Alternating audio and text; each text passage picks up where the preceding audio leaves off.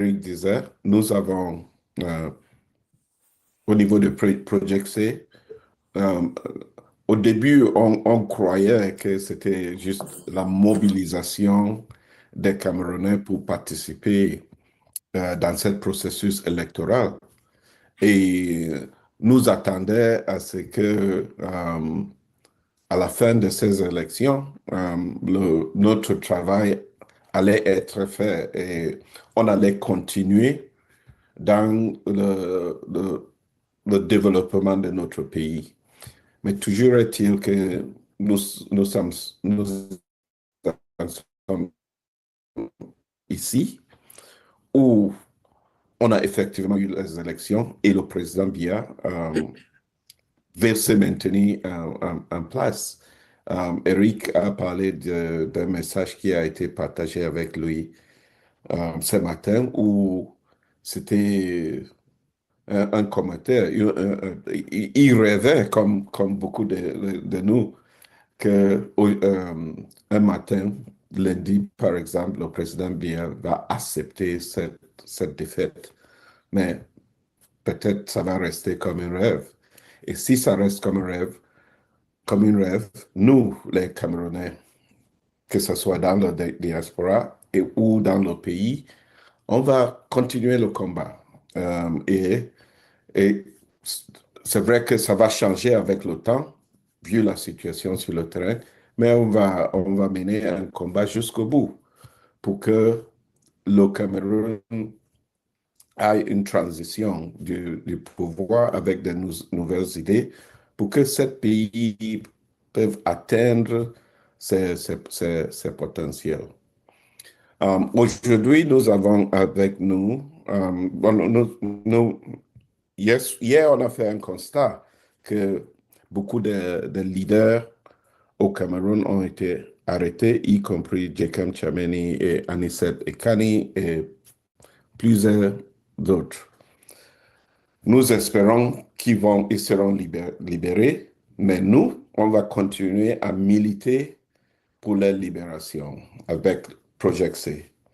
Nous sommes en train de mener des actions sur différents niveaux, que ce soit à l'échelle internationale ou bien au niveau local. La semaine dernière, on est rentré en communication directe avec tous les membres du Conseil constitutionnel où on a envoyé une lettre à chacun des membres de ce conseil pour appeler les attentions à l'importance de ce moment. J'espère que j'espère que ça va faire une différence. Nous sommes aussi en train d'envoyer une lettre directe au président Paul Biya, lui rappelant que quand il est devenu président de la République, personne n'a pas perdu sa vie. C'était une transition pacifique avec le respect de la loi. Nous espérons que ça sera le même avec lui. En résumé, voilà ce que Eric a dit. Nous allons maintenant, entre-temps, on aura quelqu'un qui est francophone qui va nous joindre, qui va parler un meilleur français que moi. Mais entre-temps, on va essayer Eli, can we now start engaging our guests? Yeah, Eli, you have to unmute yourself. Yeah, sorry about that. Absolutely. I just wanted to announce that we have to keep spreading the word and the link. Thanks to Kingsley, we are already live on YouTube, Facebook, and Twitter or X. So we're going to be putting the link as is convenient for everyone so that we can spread the word. And really, because I mean, everybody wants to know what's going on. And so there's so many different ways that they could connect to the conversation. All right. And then last, of course, I will be a person telling you this and scratching your conscience. We need money. We need money. We have to retain attorneys.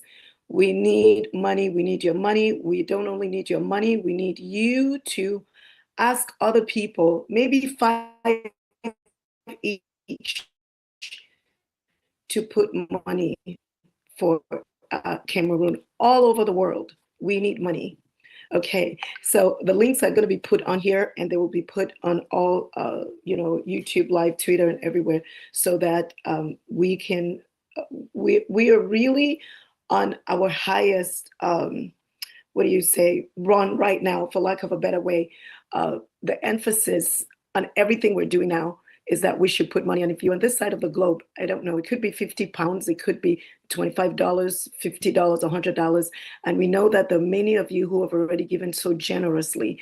So we're asking that you double up. Today is that day that we need to double up, because our help is needed.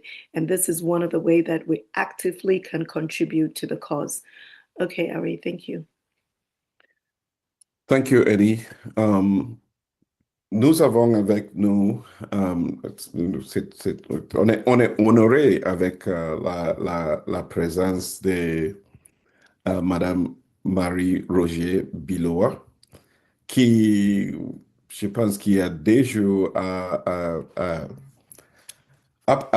parler à propos des élections au Cameroun. Elle a bien participé dans cette conférence de presse qui s'est tenue à Paris, organisée par l'équipe du président élu Issa Chiroma. Et on tenait à avoir sa présence parce que Marie-Roger Biloa est une voix très reconnue dans le monde journalistique.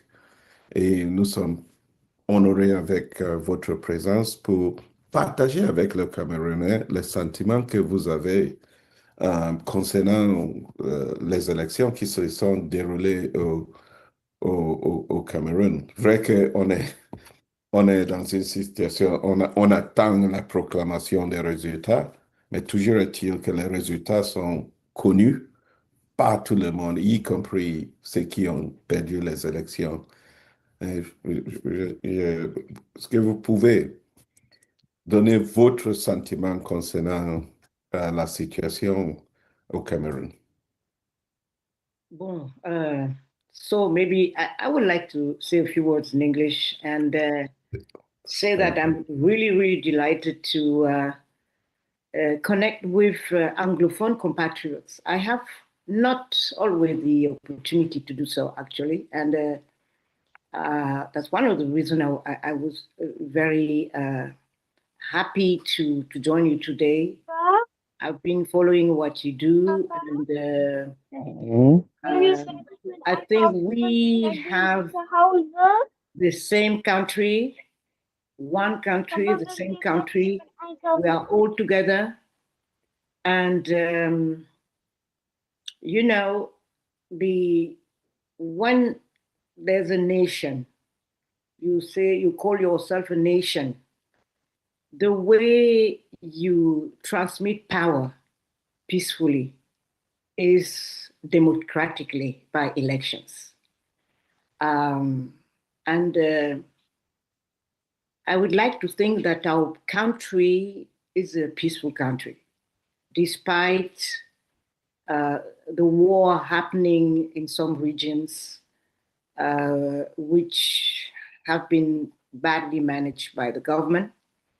But I think deep down, everybody likes to think about our country as a peace-loving country, and that we should all do everything we can to achieve it and to restore peace, to achieve peace, and to maintain peace. And what happened, we have been very concerned about what would happen if our president happened to die, to pass away, as we will all do at some point. And age is not a crime. Aging is not a crime. But at some point, there are things you cannot do when you reach a certain age. So my personal journey this year started with that question. Actually, it was last year when the president disappeared. he was out for missions in France, in China, wherever, and we lost sight of him. We didn't know where he was, so there were all kinds of rumors, even that he was dead, and that was a question. I say, if this is really true, what happens? What happens to Cameroon? If he passed away in a foreign country, and we just hear, you wake up someday, and you hear your president is dead, and you know what has been organized. I mean, the available system for succession is something which brings concern to all of us, because you know, if you say that the parliament speaker or the president of the Senate, who are supposed to fill the vacancy and organize elections, all of that. So this has been discussion for years, that people challenging it, because first of all, it was not clear. President will say now, President Assembly first. And we came to realize that all those people are very. I think we're being attacked. What is happening? Here. I think we're being attacked here. Yes. So yes. we will have our. How can you do people that? take that out. Yes, that's fine. We have it. We will have it under control. We will control them. Too bad. It's really a pity. Anyway. We also get everybody to mute. Can you please mute? Please mute as well while she's speaking, please. Yeah, everybody should mute, please. So, as a Cameroonian, I was one of those wondering what would happen to our country. We are the people's friend. And knowing the fact that people forget that right now, there were factions, there still are, fighting each other in order to get power after the president. And last year, 2 years ago, our colleague Martinez Zogo was murdered, butchered in a way that was a wake-up call to all of us, that our country was going adrift, was really in a dire situation, that if nothing happened, I don't know where we will end up. So that was a big question. What will happen? How will Cameroon leadership continue? How can we have a sound and efficient and democratic succession? So I decided to ask political leaders in the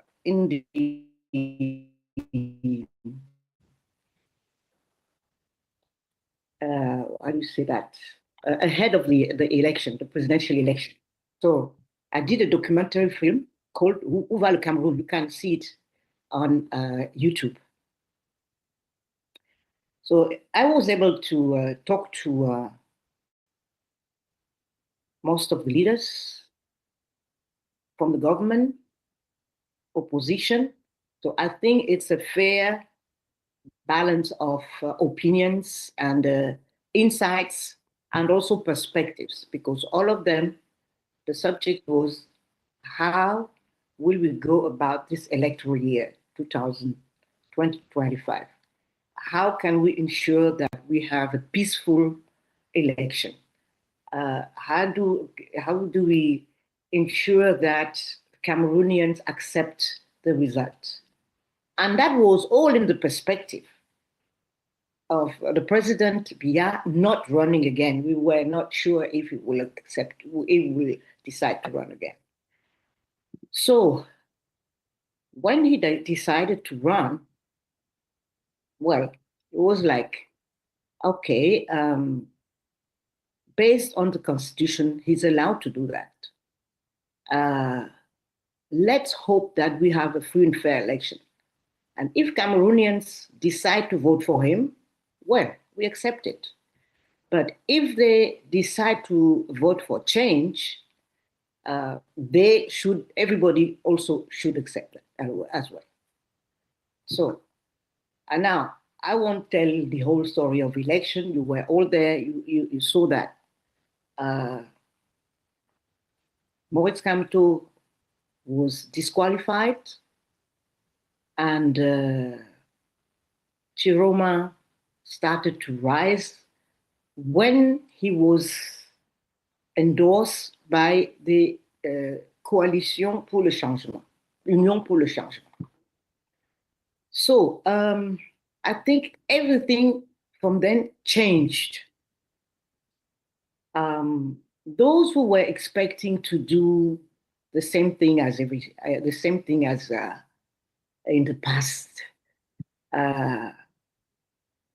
underestimated the impact or the will of change in the Cameroonian population. And today, I don't think anyone is in serious doubt of the result, in sincere doubt of the result. They know what happened. They know that the Cameroonians have not especially voted for Chiroma. They voted for change, and Chiroma is representing change.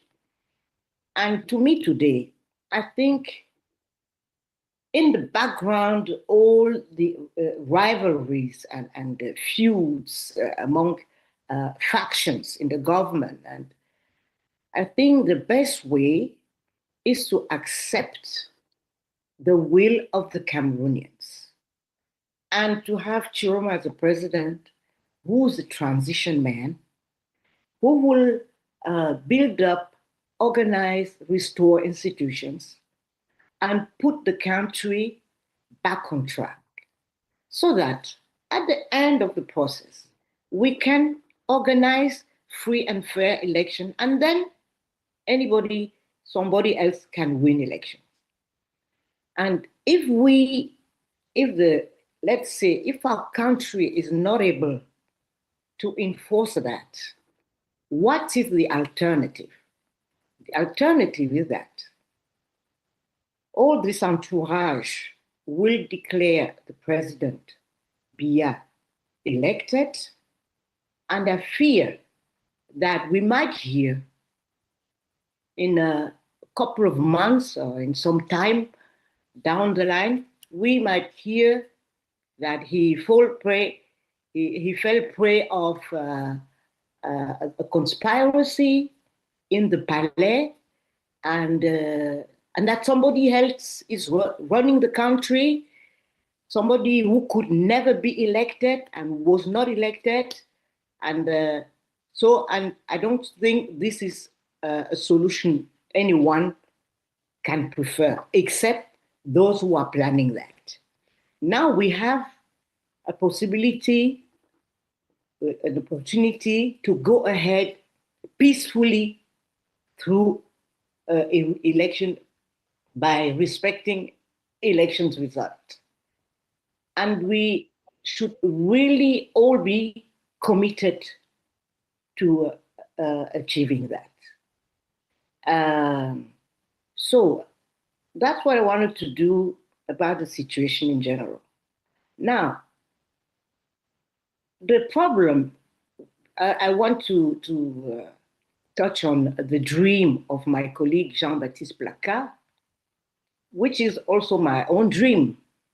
I've expressed it in several talk shows, that the outgoing president would accept his defeat and help establish a democracy in Cameroon.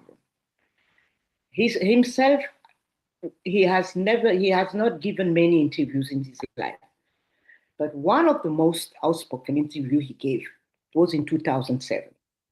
And he was saying, I want Cameroonians to remember me as the president who broke democracy in Cameroon. Indeed, he broke a multi-party system.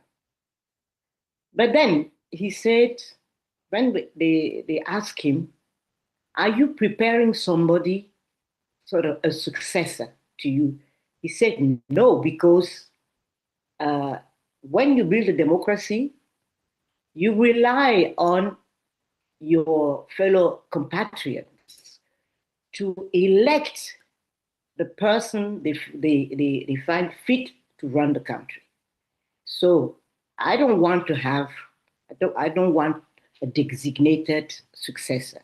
I think when it's so far, when the time comes, the Cameroonian will elect, they are ripe enough, they are mature enough to elect a suitable leader. That's exactly what I said.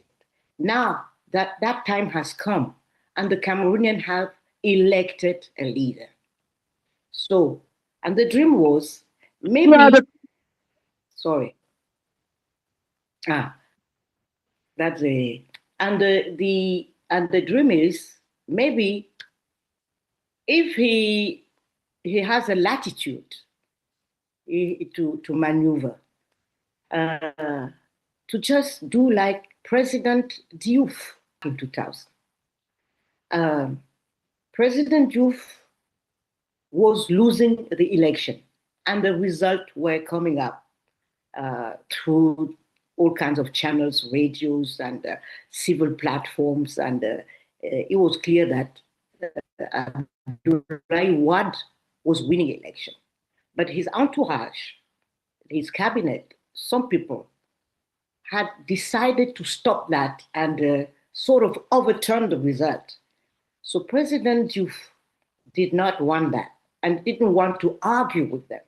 So what he did was purely, simply to call Abdoulaye Wade and to concede defeat and say, okay. And that stopped everything. All the I would say the shenanigans all these people were trying to do stopped all immediately. So that's a dream we have, because we should not always, we should expect the world, we should dream for the best and work for the best. It's not too late. Maybe we see what is happening, so it doesn't lead us to optimism. They are arresting people, violence is building up. But, you know, I still hope that Cameroon, which believes it's a very special country, Cameroonians have a high idea of themselves. Maybe we will do better than Côte d'Ivoire. Maybe we will do better than Guinea. And Guinea, what happened in Guinea? Guinea, they had a president who stayed over for decades. I don't remember for how long. And Sékou Touré. When he passed away, أوري اللظى بالحديد واشفي الهدى بالوريد أوري اللظى. He had not prepared anything. So what happened? A military junta took over power. The case of Côte d'Ivoire is there was no clear succession plan after Houphouët-Boigny, so there was a conflict of legitimacy between Prime Minister and the House Speaker, and it led to a civil war. Let's be better than that. Let's do better than that. Cameroon deserves better, and let's show that we can surprise the world. We can, everyone here, we are all expecting that they will proclaim President Biya as elected on Monday. But who knows? Maybe there will be a good surprise. So now I wanted to touch a word on the press conference by several lawyers in Paris, international group of lawyers. So my first thing to say that I was pleased to see that Cameroon matters for all those people. The way they were speaking about it, we had 2 Senegalese, 1 Congolese, French, and Cameroonian. And the first thing they were saying is that Cameroon matters. The Congolese said, we know Cameroon is a very important country for Central Africa. It's the leading economy, is still the leading economy, which showed that the other ones are not doing very well. And he says, and he fears that if there is trouble in Cameroon, it might spill over. And they want Cameroon to thrive, to be peaceful. And they all said, you are lucky enough to have a clear election result, and that the whole country, that the massive parts of the countries have expressed themselves in a very clear way. Let's just respect that. And always the Senegalese also, they were saying when the lady from Senegal was saying when she was a young girl, she was dreaming to come and study in Cameroon, because that was a country of very big stars in sport, in music, and all over. I mean, the way Cameroon was, I would say, le rayonnement du Cameroon was such that people were attracted to coming to Cameroon. And the Senegalese also, they expressed, another Senegalese lawyer expressed his surprise to see that we have had a regime for 43 years, and that the elections are only one round of election, un tour instead of 2, that the president is now the oldest president in the world, and that the Cameroonians are accepting that. And he said they have been accepting that because they were waiting for elections to express themselves. So that is a very important moment. Nobody should try to steal the result, that election from them. So I think that was the main messages, and they were saying they will stand by and help Cameroonian colleagues if they need international help for whatever they can need, whatever can occur, and to show their support to Cameroon and to the Cameroonian people. So, and the last thing I want to say is that if Cameroon is in peace, if we respect democracy, if we can have a peaceful transition with Chiroma Bakari, that is good for everybody. Not only for those who voted for him, it will be good for even people in the government. It will be good for the whole country, because we will have a chance to relaunch everything, to relaunch economy, to relaunch institution, to relaunch the social dynamic. Everything. We are in a situation where we just need to go ahead. We cannot stay put in that situation anymore. So I think we should really put the emphasis in reminding everybody that it's not a win of one part against another one. It's really for Cameroon. We just want to move forward, everyone. And you saw that Chiroma won in the most unexpected places. In the army, just give you example. I spent a lot of time watching this election and studying it and researching and listening, and there was a lot of information, plenty of information of all kinds. you see that this year, a friend of mine who works with me has been, he was head of an election center, un centre de vote. And this center had 13 bureaux de vote, 13. And he told me that last year when he was doing that, Maurice Kamto got 7, he won in 7 of the 13, and President Biya won in 6 of them, you know. But he said this year around, 13 out of 13 went to Chiroma. That's just one example I can give you. There are many, and you all have many examples.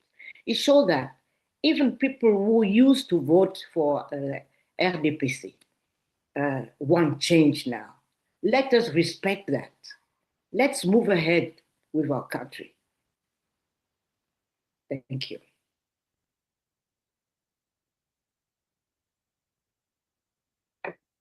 Hello. Yes, thank you so much. Thank you so much, Marie-Roger. I'm going to connect everyone because of the interruptions we're having. We had to tighten everything. So I have to be able to unmute Are and Eric. I'm going to bring them in right now. And to be able to put them on camera. So. Yeah.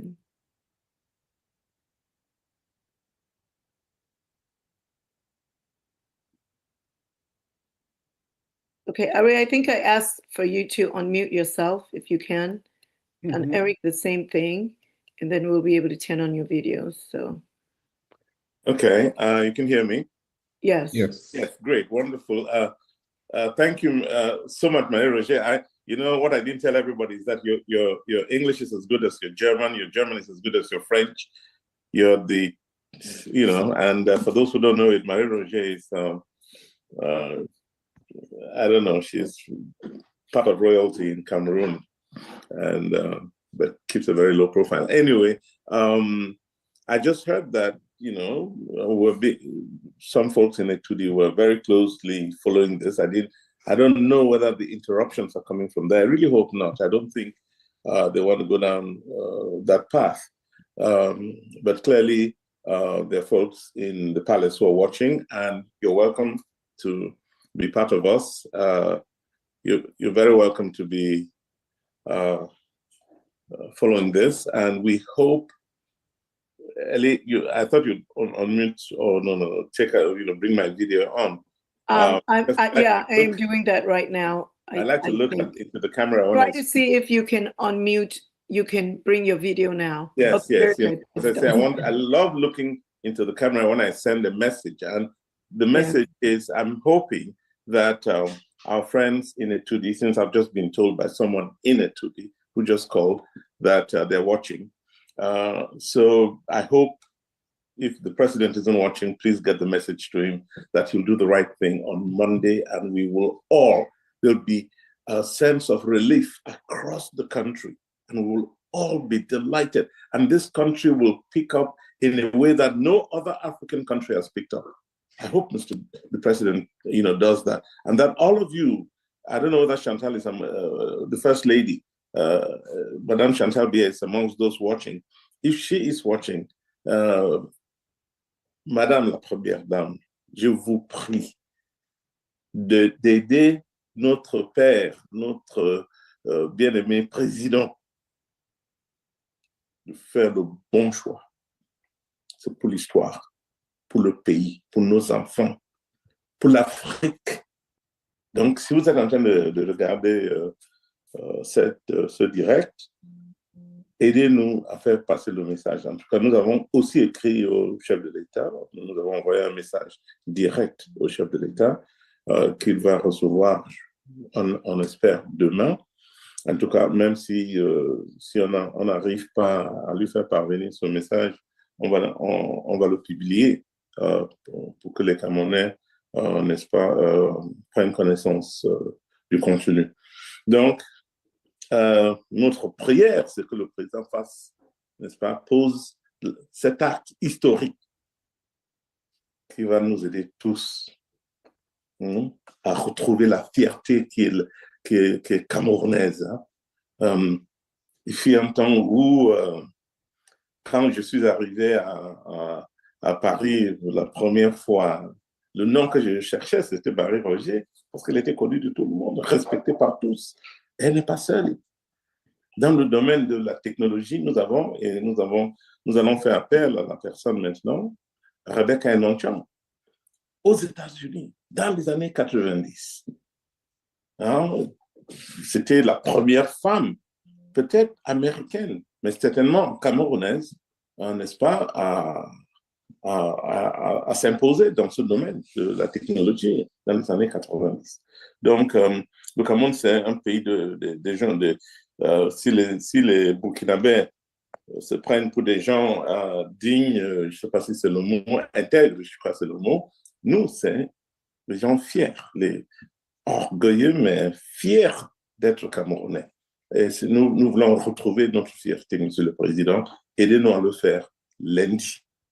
Alors, il y a, je ne sais pas si Harry est là, c'est lui le patron de avec Elisabeth, les deux de cette science, mais si Harry est là, peut-être tu vas appeler Herman, que je viens d'avoir. Il est là, donc peut-être tu vas vouloir lui passer la parole. Merci beaucoup. Merci beaucoup, Eric. Merci beaucoup, Marie Roger Biloa, d'avoir partagé ce moment, disons, historique avec nous. Emmanuel, si tu es là, tu vas nous rejoindre comme co-host. Mais entre-temps, we have Rebecca Enonchong, who has also been really very engaged in this electoral process, working, really providing a lot of support and her experience to Project C, maybe not always visibly, but certainly behind the scenes. And it's also part of the Douala group that identified this concept of getting a consensus candidate and work towards implementing that. So if Rebecca is here, there will be... I'm here. Yes. So let me also say that anyone who has questions, right, for Marie Roger Biloa, please, you put your questions in the chat. We're going to make sure that we'll pick it up. Before I turn over to Rebecca, I also want to say, obviously, we have a lot of attention from, people probably who lost the elections, and they have been attacking the Zoom. We've taken all security measures to ensure that this doesn't happen again. We are streaming this on several other platforms, and I can reassure you that there are thousands of people that are watching on YouTube. The links will be put there, so if anybody wants to join the Zoom, they may not be able to join the Zoom. They can join through one of the platforms on which we're streaming. And Ari, if excuse me, if we've been posting that on the chat and it's in the general WhatsApp group, all the different links where if you can send to invite people, not on this Zoom. They can only invite through all those places. And we have YouTube, we have Facebook, we have Mimi Memphis Info, we have Rebecca on X, and then we also have YouTube. Those are the places that they can watch as of now. Yes, so we can be secured. Thank you. Yeah. Sorry, Rebecca, I had to go through that, but I understand you will not be coming on video. Yeah, I'm in a location where there are other people and I don't want to expose them. And there's no way for me to be not expose them. So, I think we need to also take care of our security and make sure that, none of us want to just be martyrs in this thing. We're willing to take all the risks that we need to get things accomplished, but not unnecessary ones. And so I just decided to stay off video just to protect some people close to me that should not be exposed. So Yes, hi. So lots of things happening over the last 24 hours. As you know, Nkom Chameni was arrested. Nkom and I have been working together. I met Nkom. So this is very interesting because I had a conversation with his wife, Makini, yesterday, and I met Makini Chameni before I met Nkom back in, I think it was 1988 or 89, when Nkom was first arrested the first time by this regime, along with Yondo Black and others, and we worked tirelessly to get them released, and that was kind of at the very beginning of my own work towards democracy and human rights in Cameroon. So it brought back a lot of emotion. I was on a conference call this morning with Makini Chameni, and just the emotion in her voice, despite the fact that, of course, Nkom and Anise are very psychologically prepared for this battle. They knew it was coming, or they knew it would probably come, but still, I think that when you know what they went through as a family in the late 80s and early 90s, I think that we can all remember that, and this is just Nkom and one family. We know that there are hundreds of people that have been arrested over the last couple of days, some of them just because they look Muslim. And happen to be in an area that's highly populated by Muslims, and so it's a real Gestapo. You know, there's no rules. They're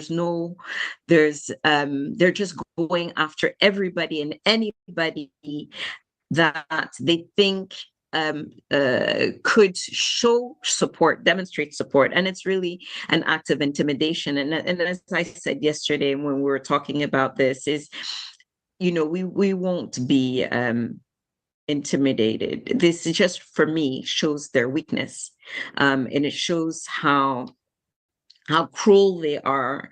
And I know I'm always very hopeful. I'm an optimist, and it's optimism that has gotten me through this far. But I don't think for a second that Bia cares about his legacy. I don't think he's even in charge at this point.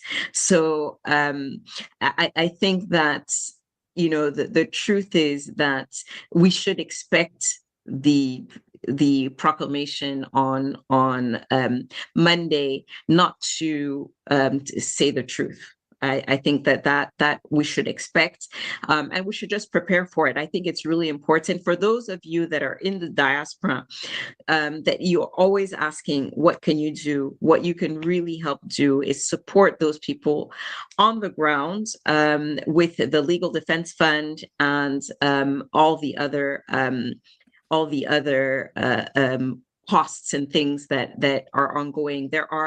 There's a group of lawyers, a whole group of lawyers, of about 100 lawyers that have volunteered to support the people on the ground, but even they have costs. And so it's important that we provide the resources to them as quickly as possible so that they can support the people on the ground. I heard I thought it was Eric, maybe. Anyway, No, you're so fine. You're fine. Yeah. Okay. So I just wanted to share a little bit more about the arrest of Nkom. We know less about the arrest of Anise because the people around him aren't speaking as much. But from Makini, his wife, we know that yesterday around 6:45 p.m. in Douala, there were about 3 vehicles, about 10 people that showed up at their school. So they have a school in Bonaberi, and that school that has in addition to having classrooms, it also has a dormitory. So there's a girls' dormitory and a boys' dormitory. And within the complex of the school, Nkom and his wife have a home and their offices. And so they immediately went to the home and the office. They were able to take Nkom. There were about 10 of them, 3 vehicles. The people that were there said that 2 of them had beer uniforms. They were wearing beer uniforms. But there's other information that has come through that they were actually from DGRE, so Renseignements Généraux. They didn't present any documents. They didn't present anything. They came in, arrested him, left with him. The others that stayed back ransacked the place. I think there's some videos available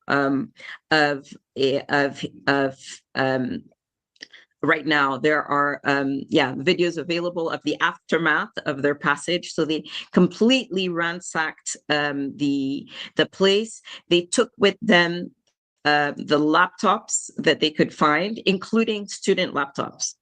So those poor students that were there, they took their laptops. They took all of the internet equipment that they could find. So, as we know in Cameroon, we have to have multiple internet sources. So that if one goes down, you have another one, and so on and so forth. So they took all of that. They even went into the ceiling to see if they could find things in the ceiling. They took the safe. There was a safe of personal documents and a little bit of emergency cash that they kept in the safe. They took that, and they kept searching for the server. So for some reason, they haven't figured out that there's a cloud, and so they kept searching for the server. Où est le serveur? Où est le serveur? And then they left. Of course, all of this information that has been spread since their arrest, showing some weapons, and it's all complete fabrication. I mean, these are very experienced politicians that have been in the game for a long time. In the best of circumstances, when they're not tracked down as they knew they were, they would not have anything close to that, anywhere close to them. But in these circumstances, in which, over the last few days, Nkom and I had been speaking about the fact that they were, all of us, they were planning on arrests. So there's no way that they would have that any of that is correct. There were no procès-verbaux. They were talking about fake procès-verbaux, these polling reports. There were none of those either, because that is not where the party. So FSNC has grouped a number of course, these procès-verbaux, has scanned them, has put them online on a Google Drive for everybody to see, right? So the fact that they're saying that they're fake, if any of them is fake, then bring the real one.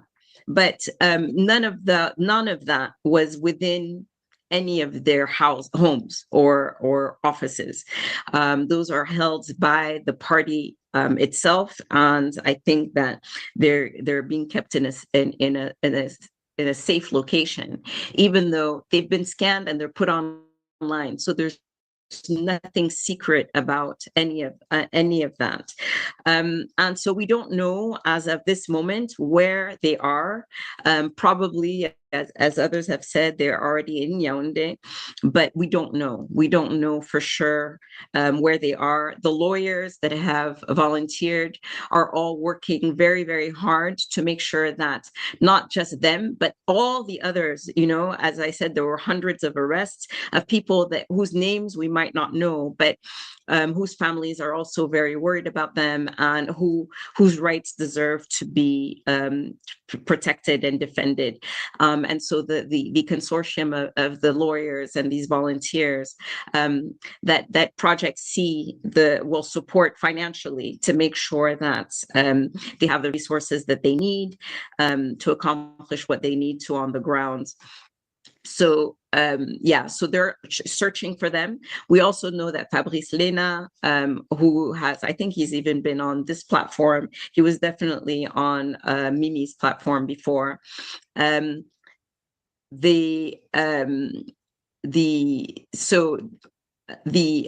Mimi's, so Fabrice Lena is also, he's held in Bonanjo at the Police Judiciaire in Bonanjo, so we know that, so he is getting some legal support. The video of his arrest, because they were trying to claim that this was something that was not they were trying to claim that this was something that was not connected to politics, trying to have some civil dispute or some other criminal dispute. But if you see the video of his arrest, these were plainclothes policemen with a hood, like a hooded, hidden. It was so you can really tell that, and the timing, of course, of his arrest is also very telling. So he is getting some legal assistance.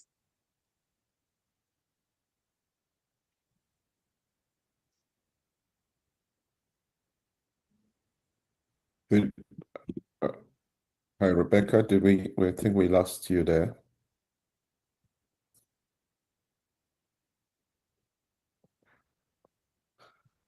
Okay, I think we lost sound with Rebecca. Oh,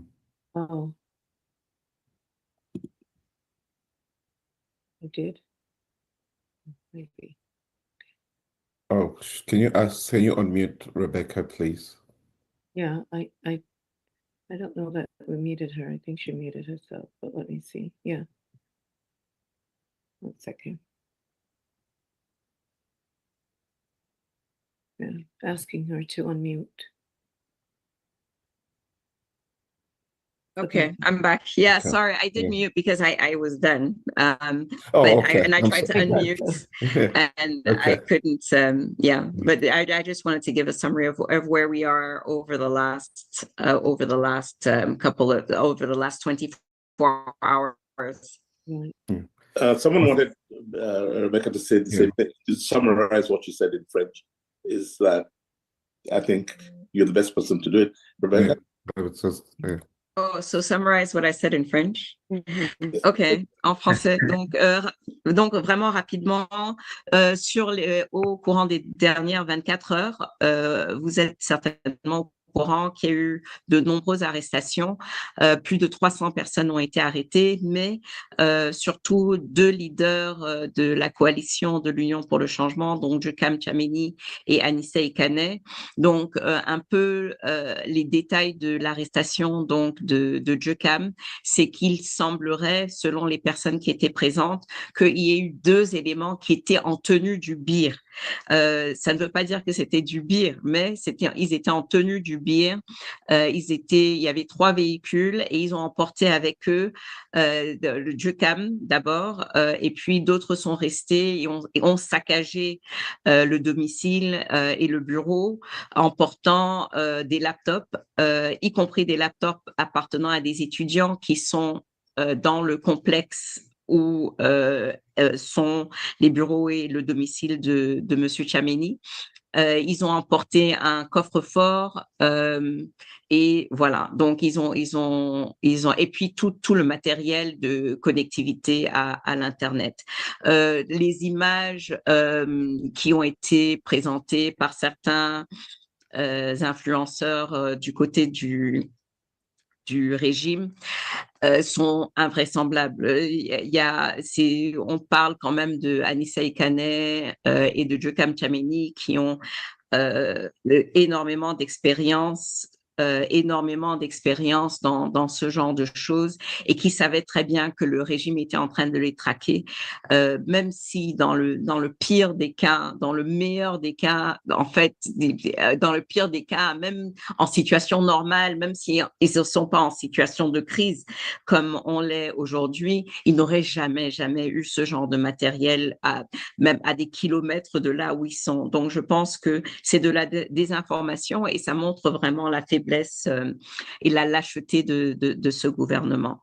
Voilà. Et j'ai aussi parlé du fait qu'il y a des avocats qui se sont portés volontaires. Il y a une centaine d'avocats qui sont à la recherche aujourd'hui, actuellement, du lieu où ils sont gardés. On ne sait pas jusqu'aujourd'hui, ni la famille, ni personne ne sait où on les a amenés. On sait que Fabrice Léna étant le chef de campagne de Ateki, qui a rejoint donc la campagne de l'UNDP et qui avait annoncé après les élections que dans les bureaux de vote que lui, il avait contrôlés, Chiroma était vainqueur. Et donc, il a été interpellé hier. Et au début, les gens ont essayé de nous faire croire qu'il s'agissait d'un problème non politique, mais on a vu la vidéo de son interpellation et les images montrent très bien qu'il ne s'agissait pas il n'a pas été convoqué pour un dossier qui le concernait, etc. Aussi, j'ai vu des images de lui après son arrestation. Il avait été brutalisé. Donc, c'est clair qu'il a été brutalisé. Nous espérons vraiment que ce ne soit pas le cas pour Jokam et pour Anissa, surtout que Anissa a des problèmes de santé. Oui. Voilà, j'espère que… Donc, il y a un fonds aussi qui a été de collecte de personnes qui sont dans la diaspora, qui aimeraient soutenir le mouvement sur le terrain, soutenir les déplacements, par exemple, des avocats, bien qu'ils soient volontaires, il y a des coûts, et soutenir donc ces personnes qui ont été arrêtées arbitrairement. Et donc, il y a un fonds de collecte. Je pense que l'information sur où et comment donner l'argent est dans le fil, donc Project C est en train de collecter de l'argent pour assister ces personnes arrêtées de manière arbitraire. J'espère que j'ai tout dit. J'espère que j'ai rien oublié. Yes, yes. I think you said everything. Ellie, you have an announcement? Yes, quickly for security purposes. I just deleted it, but on the general forum, if the postings on all the 3 different links that you can join and nothing else, because there are some postings that is not, for this conversation. So just remember, if you're spreading the word on the forum, it's only the 3 links that have been sent out is where, people can join the conversation. Okay, Ari. All right, thank you very much, Rebecca, for giving us a perspective on the situation in Cameroon. At this point, we would talk a little bit about some of the work that, I don't know, Heyman, do we have Maître Simh here, or is anybody keeping track of whether Maître, Analyst, Nkom is with us so that we can have them come on? For now, we have no news of Maître Simh. We have tried. On espérait vraiment avoir Maître Simh, Maître Analyst, mais jusqu'ici, nous n'avons pas de retour. Et c'est un peu, on est très content d'avoir les autres invités. Ils auraient été un très bon complément pour le panel, mais jusqu'ici, nous n'avons pas de retour, malheureusement. Okay. And I know that there are questions that are already coming in. So, with, Marie Roger maybe, and also for Becky, we can, while we're, waiting for the others to join, they might join. I think Eric said Alice might join later. Maître Alice might join later. Okay. Yes. Is somebody keeping track of the questions? I see a question from Emmanuel 2 asking if the actions that Rebecca was talking about, whether there are actions from the government. And it's, to the comments, ce sont là des actions qui semblent être le fait de milices, no? Well, it is.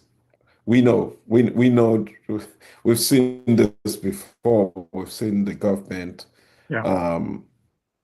It's the same playbook that they've used over the years, and so we have no doubt. There is no doubt that it's the government. For those who only recently monitored what happened with the Anglophone crisis, when it's all started out with peaceful demonstrations, it was the same playbook, arresting the reasonable leaders who could actually serve as the bridge in the conversation, and essentially radicalizing the rest of the movement.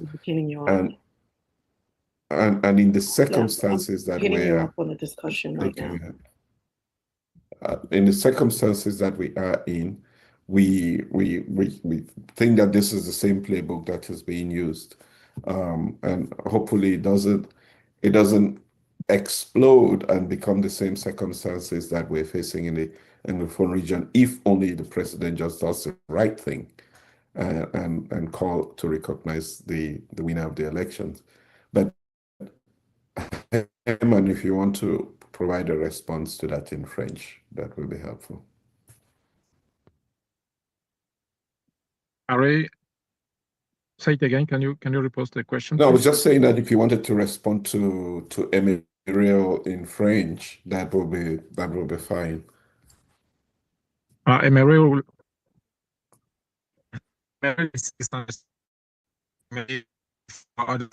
before the person. Sorry, I think the line is breaking. Yes.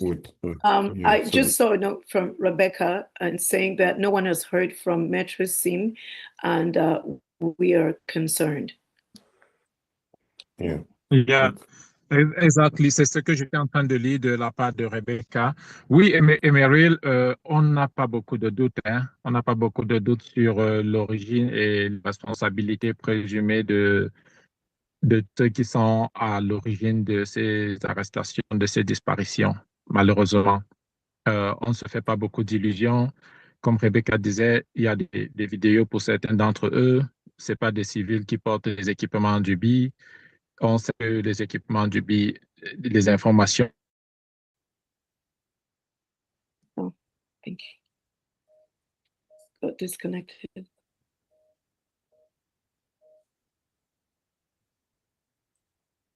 I think we lost Harry.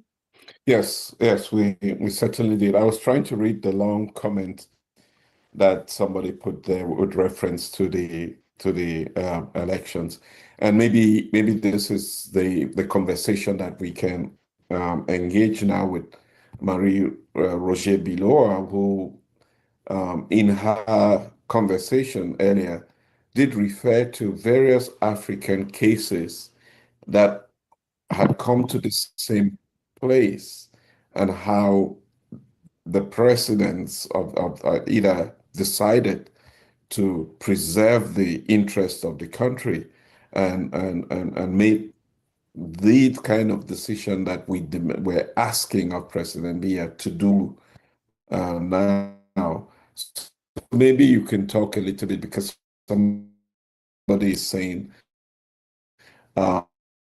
in the group, if I can say, if I can summarize what they had, we know that the elections were not transparent, and if we know that it's not transparent, is there a way that there could be negotiations for us to come out of this situation without spilling blood or in our country?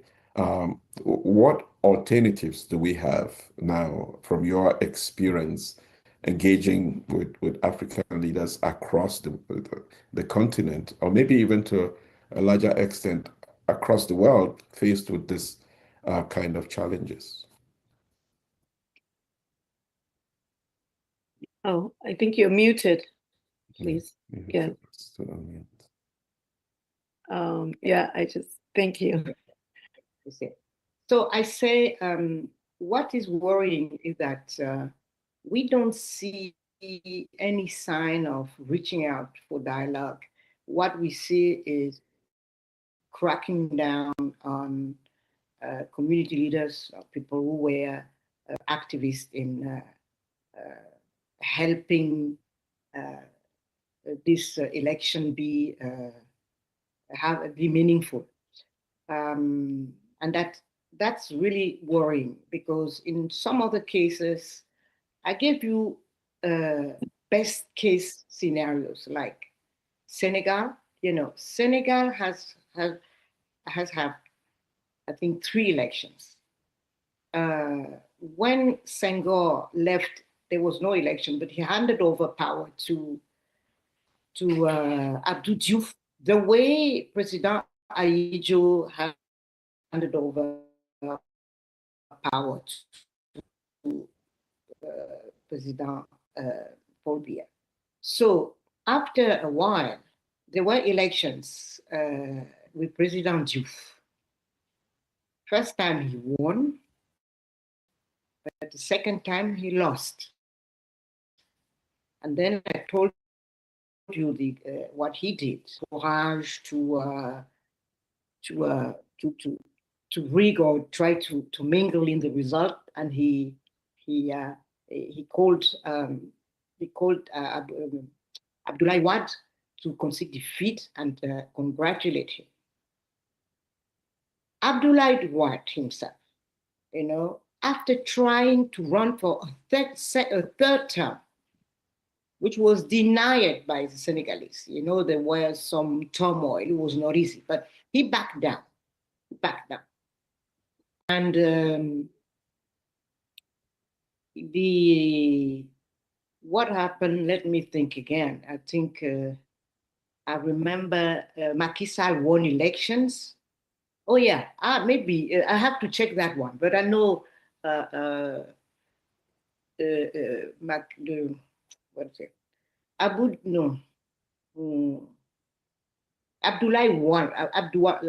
Wade was in power, and he lost elections to Macky Sall. And he called him same thing, to concede defeat, although there had been a lot of problems around that election.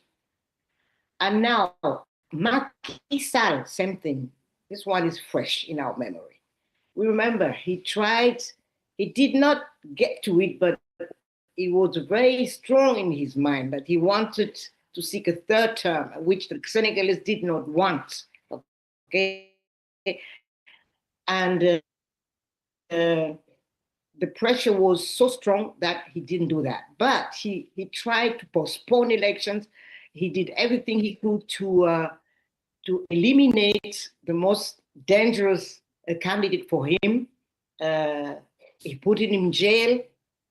And after a while, he could not run. He managed, you know, there was a stain on his in his curriculum vitae. He could not run for elections.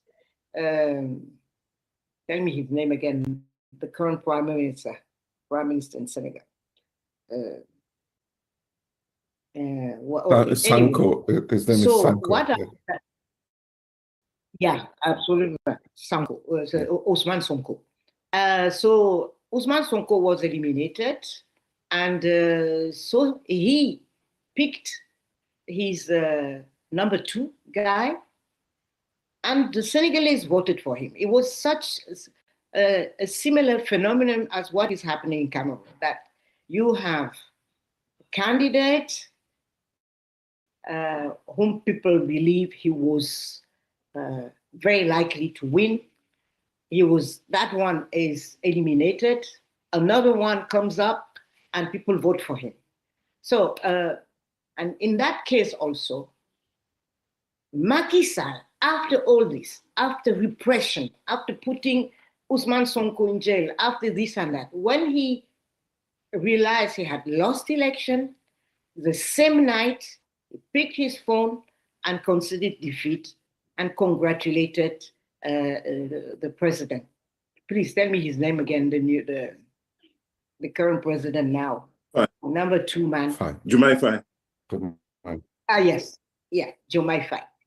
Okay, so I can give you another case. It's in Cape Verde. You know, I think 2 or 3 years back, I have to check, there was an election, presidential election, but very close, very close. It was like maybe 72 votes, you know, difference between both. But still, the outgoing president conceded defeat. He didn't say, oh no, it's too close to call, we have to start again. No. He conceded defeat and congratulated the winner. That was in Cape Verde a couple of years ago. So you have many cases now around the continent where elections are free and fair. I like also the example of Turkey, which is not in Africa, with Erdogan, who's a strong leader.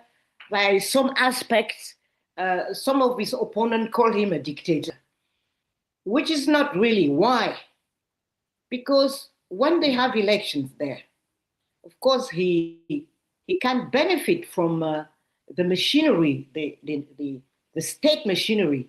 And you see mostly him and his aides and his supporters on TV, on the public channels and extra. But on the day of elections, nobody mingles with election, interferes with elections, and the results are generally accepted. And so he could lose, you know, many states in municipal elections. He lost in Istanbul. He lost Ankara. His people lost elections, and they conceded it. So I think it's so important in a country that whatever the problems we are there, that we have a mean to settle our disputes, and that's elections. And that must be holy, that whatever you've done before, let the people decide that the true path to peace, you know, when an election is accepted by all, nobody else can happen. Nothing else can happen. So, are you asking me what can we do? I think most of the decision is now in the hands of those who should respect the will of the people. They are the ones who have peace or not peace in their hands. You know, my problem is I sense so much anger, so much determination among the Cameroonians. I don't know if not accepting this time around will pass easily. I don't know what will happen. I really don't have any solution. What shall a citizen do? Just bow down or keep quiet, or what? We really don't know. I'm just worried. At the moment I'm speaking now, I'm just hoping for the best. I don't know. Yeah. You know, you cannot tell people, you've won, and that's not the first time you've won, but maybe the president himself want to accept the result. But there are some people who want to stick to their advantages, you know, cling to them, and not to the benefit of the people. And you know, they don't care about the larger picture, about what Cameroon can become, how fast the country can recover if it's really back on track, and they don't care about that. So that's why you don't have on one side people, I would say a good cause, which is not, you know, because what are the reasons why you don't recognize election? I've been listening to arguments, to good reasons. I don't hear any. Yeah. So, you know, So it's really a difficult moral question. Yeah. And I'm sorry, I don't have any response. It's up to the citizens, everyone, to think, what can I do in that situation? Yeah.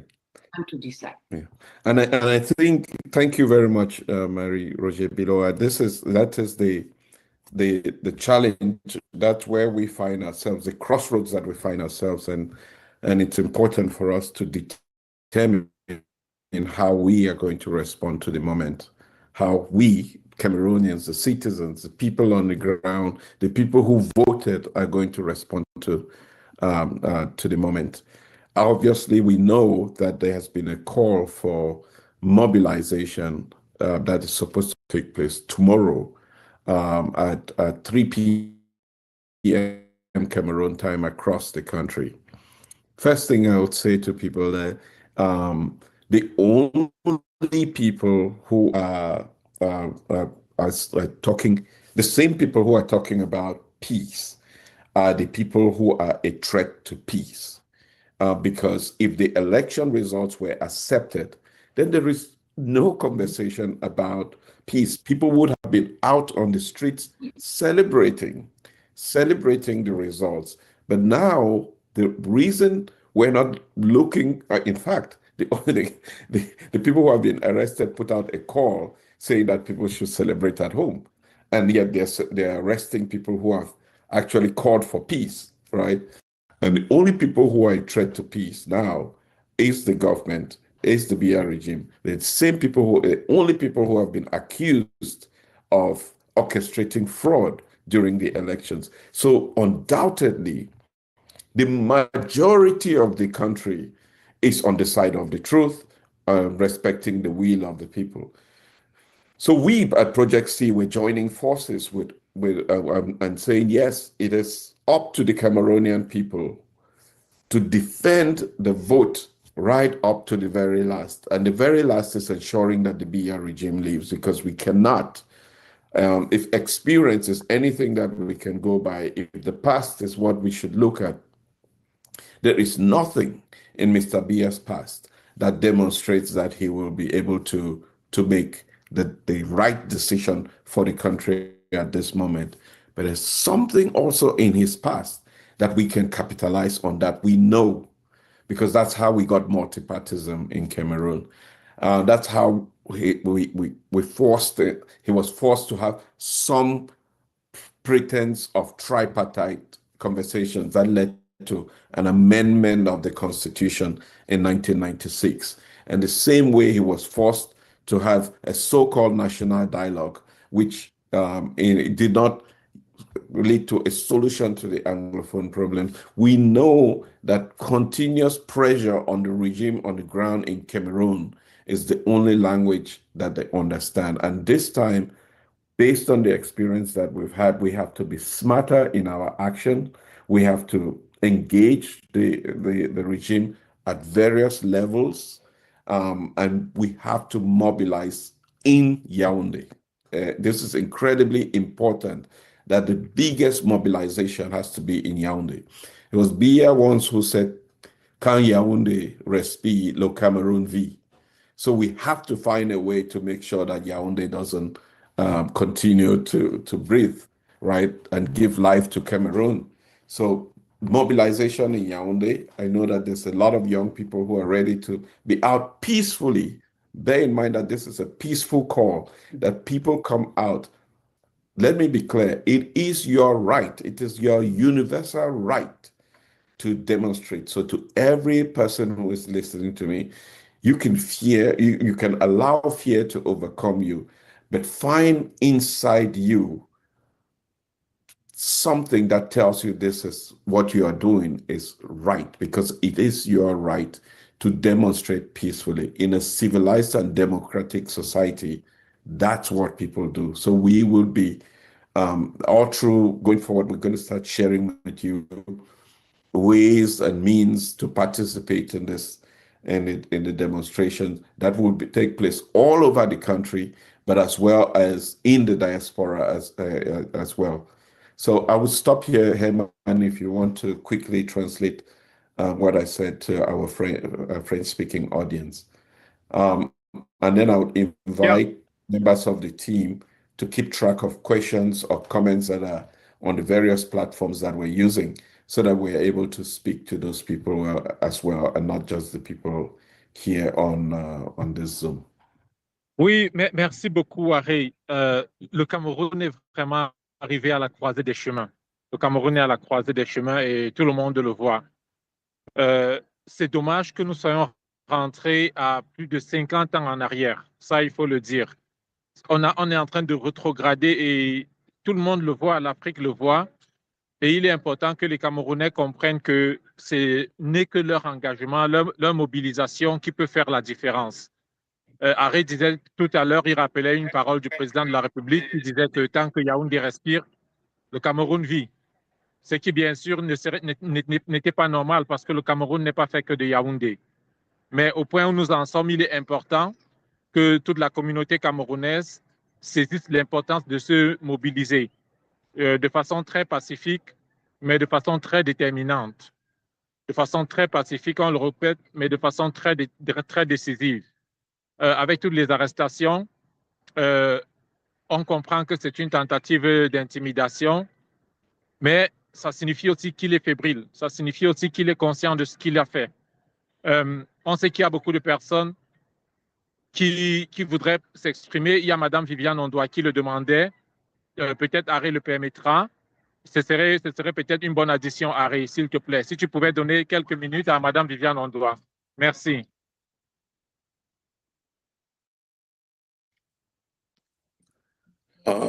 Merci beaucoup, Emmanuel. Soyez le bienvenu, professeur Ondoa. Allez-y, je m'excuse. Ça va. Madame professeur Ondoa, si vous êtes, est-ce que vous vous avez la parole, vous pouvez nous rejoindre.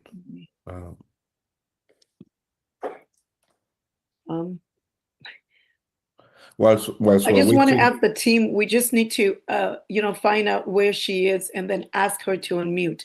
I don't think she's able to unmute herself. She says she's muted. Yes, so we have to find, I don't know where, what is her name? What does her name read? I can't see her name. Okay. Professeur Ondoa, Viviane, oui, elle est là. Okay, so ask to be unmuted. I found her. I've put her. Okay, very good. Je crois que Maître Alice Nkom elle est déjà là, ou elle sera là incessamment. Je viens de lui parler. Et Maître Simh aussi. Tous les deux seront là. OK. Over to you guys. Yeah. So, whilst we're trying to get Madame Viviane. Est-ce que je peux? Oui, s'il vous plaît. Déjà, merci infiniment. Merci à Eric de m'avoir introduit dans le groupe. Je voudrais juste participer au débat très rapidement en faisant deux propositions. La première, c'est que nous nous rendons compte que si les citoyens sont déjà suffisamment sensibilisés, quand je dis citoyens, je parle des civils, pour opposer les civils aux militaires, parce qu'on a plutôt l'impression que cette tranche est un peu en marge, je voulais dire, des préoccupations de l'engagement. Et pourtant, nous avons chacun d'entre nous au moins un militaire dans la famille, comme ami, comme... Donc moi, je pense que ce que nous faisons ne les implique pas encore autant qu'on aurait souhaité. C'est peut-être valable pour eux et un peu valable aussi pour les magistrats, même si pour les magistrats, ça peut être un autre problème. Mais moi, l'idée, effectivement, était de se dire pourquoi eux... ce sont nos frères, ce sont nos amis, on les connaît. Bon, ça, c'était la première chose. C'est vrai qu'ils doivent rester dans la grande muette et tout, mais je pense que le contexte devrait également nous interpeller en se disant que la loi reste la loi, elle est valable pour tout le monde. Donc, on comprendrait mal qu'on les utilise pour traquer les autres. Ça, c'était la première chose. La deuxième chose a été dite tout à l'heure, c'est-à-dire quand c'est pacifique, la marche est pacifique, elle est reconnue, etc. Et je pense que l'innovation de cette fois-ci, et moi, c'est vraiment un problème de droit, c'est qu'on n'a pas besoin tous de se retrouver à la poste centrale. Ça veut dire que si c'est partout, on peut se lever un matin, on est au carrefour de son quartier et tout le monde du quartier est là. Donc, moi, je pense que cette manifestation pacifique permet de passer le message. On n'a pas besoin de dire, alors nous tous à la poste centrale pour qu'on aille rencontrer les camions et tout. Non.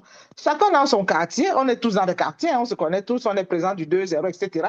On décide de se retrouver dans tous les stades du 2-0. Je ne sais pas ce qu'il a. Donc moi, je pense que ça, c'est aussi une façon de faire entendre la voix et de faire participer tout le monde. Parce que l'idée, en réalité, et moi, je vous le dis parce que je suis enseignant, je vis au Cameroun, nous tous nous sommes là, c'est d'avoir peut-être le sentiment de que si on se retrouve tous, on va tous à la pause centrale, c'est qu'on est en combat, on est en affrontement. Oh, là, on veut exprimer quelque chose de façon libre et pacifique en utilisant des outils de liberté.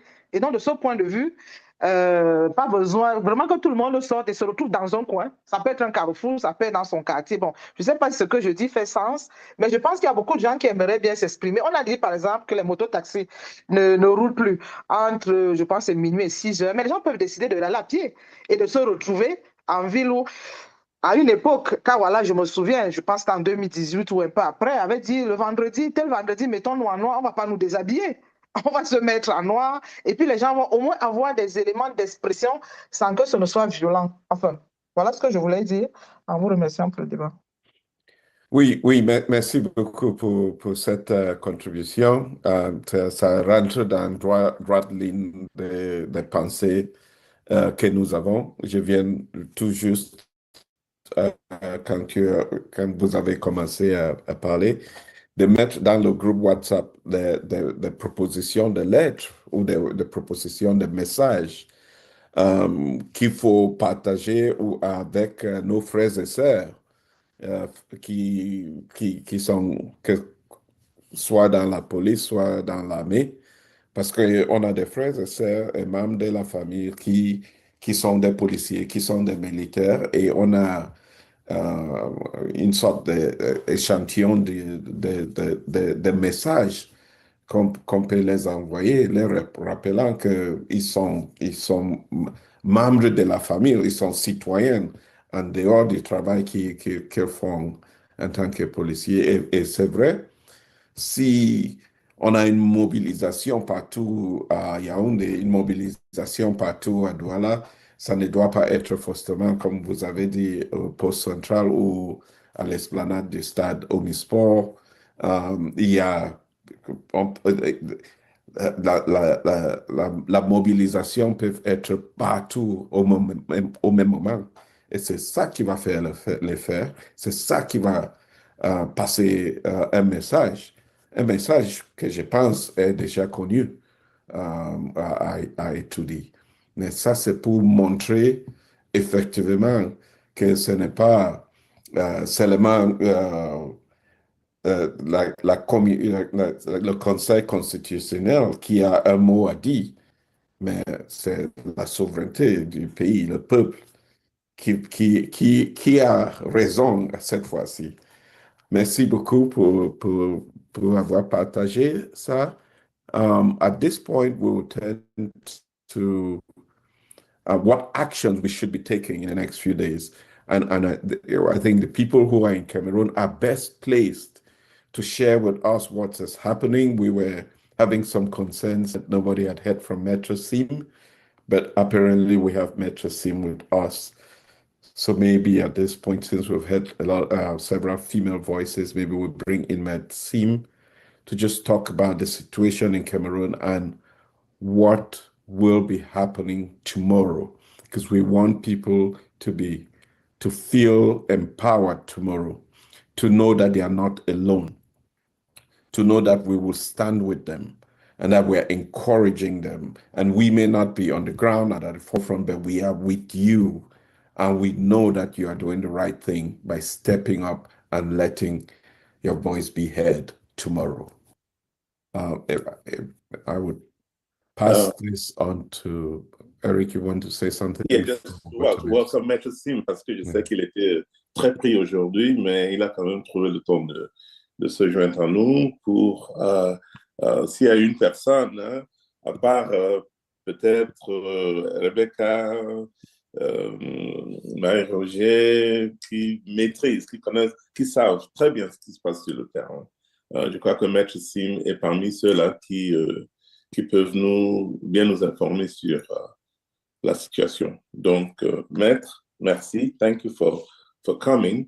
Maître Simh, for those who don't know him, has been one of the leading activists on the political scene in Cameroon for many, many years now. He's my younger brother, Maître Simh, but he's been in the lead for so many years, you know, and very active. A lawyer, I've seen him in court, in the military court. I've seen him defending people, all kinds of people. So we're really happy to have Maître Simh here, Maître. Je te passe la parole pour que tu nous dises un peu, tu nous situes, n'est-ce pas, sur ce qui se passe à Yaoundé, à Douala et au pays en général. Maître, merci. Do you want to unmute, Maître, please? Yes, what is his name under? Because SIMH. Yeah, it's Simh. I've just sent him a request. It's Simh, okay. SIMH. So we're waiting, yeah. I've sent him a request. Mais c'est que Maître est là, parce que je l'ai vu. I saw you on... Yeah, he's there. Okay. So you want to unmute him? Yeah, we've asked him to unmute. So he needs to accept. You need to accept. Oui, bonjour. Okay. Bonjour, est-ce qu'on m'entend maintenant? Très bien, oui. Oui.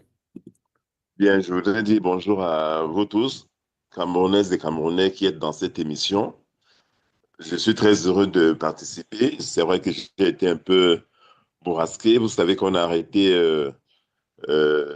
Ekane hier. J'ai été appelé par le service central des chefs judiciaires à Yaoundé au CED pour m'informer qu'il était en place. Il a été amené à Yaoundé dans des conditions un peu difficiles. Mais bon, voilà. On a arrêté d'autres personnes, comme vous le savez, naturellement. Je pense que l'idée pour nos gouvernants, c'est d'effrayer tous les Camerounais pour qu'ils ne se mobilisent pas, en essayant d'isoler, d'arrêter, d'incarcérer les personnes considérées comme leaders de ce mouvement. Vous m'entendez? Oui. Voilà, donc je pense que l'idée, c'était en repoussant d'ailleurs la date de la programmation des résultats à lundi prochain, le 27, c'était de préparer certainement des conditions de musellement des Camerounais. Voilà, c'est leur idée. J'ai été hier, mais je pense que vous avez dû le savoir et l'apprendre. Hier au Conseil constitutionnel, nous avons déposé un recours le mercredi à ce conseil-là. Le secrétariat du Conseil constitutionnel a refusé de décharger notre recours. Je l'ai introduit avec Maître Timbanebomo, qui est avocat également.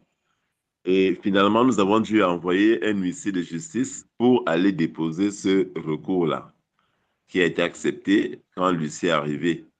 C'était mercredi. Et jusqu'à jeudi soir, on n'était pas informé de l'audience qui avait été fixée pourtant. On a dû l'apprendre par les réseaux sociaux et par le journal de la CRTV. Donc, néanmoins, on est parti à l'audience hier vendredi à 15h. Et des gens m'avaient demandé pourquoi on fait une telle action alors que nous savons très bien que ce conseil ne va jamais donner raison à quelqu'un qui ne soit pas du RDPC. Alors, ma réponse, il faut que les gens soient vraiment informés. Notre réponse est celle-ci. Nous pensions, Maître Timbane et moi, qu'il fallait pousser ce conseil-là jusqu'au bout du bout. Jusqu'au bout. Et la question que nous posions au conseil hier, c'était de lui dire qu'il n'y a dans notre législation aucune phase prévue pour la contestation ou la confrontation des résultats issus des élections.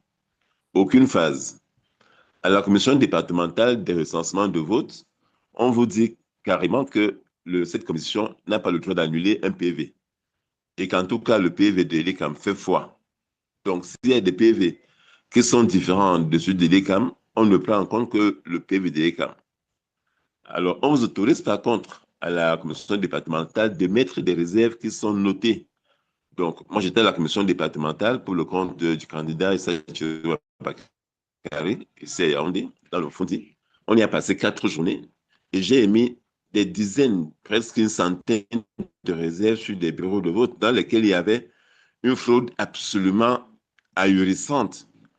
J'illustre par exemple, on vous dit que dans un bureau de vote, il y a eu 400 inscrits, que les 400 personnes ont effectivement voté. Ça veut dire qu'il n'y a eu, depuis 2012, où on inscrit des gens dans ces bureaux, qu'il n'y a eu aucun mort, aucun malade ce jour-là, que les 400 personnes ont voté et que tous les 400 personnes ont voté pour M. Paul Biya. Donc, quand je fais observer au président que c'est absolument impossible, et enfin, dans les quartiers comme Biemassi, qui est un fief de l'opposition et dans lequel les gens votaient Chiroma en majorité, je lui ai demandé comment est-il possible d'avoir 0 voix pour Chiroma et 400 pour M. Biya sur 400 inscrits. Donc, j'ai demandé à plusieurs reprises qu'on puisse vérifier ces chiffres-là en faisant venir par Elicam ce qu'on appelle les fiches d'émargement.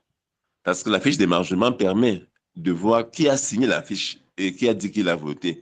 Le PV, lui, ne porte que des chiffres non signés par ailleurs, par les membres du bureau de vote. Donc, j'ai insisté pour vérification qu'on puisse confronter au moins les PV aux fiches d'émargement sans aucun succès. Et lorsque les PV de la commission départementale arrivent à la commission nationale, elle-même ne tient pas compte des observations qu'on a faites dans le PV de la commission départementale. Elle n'en fait aucun cas. Donc, toutes les réserves qu'on a faites sur les bureaux de vote, il y en a même certains où le nombre de votants était supérieur au nombre d'inscrits. La commission nationale ne tient pas compte de ça.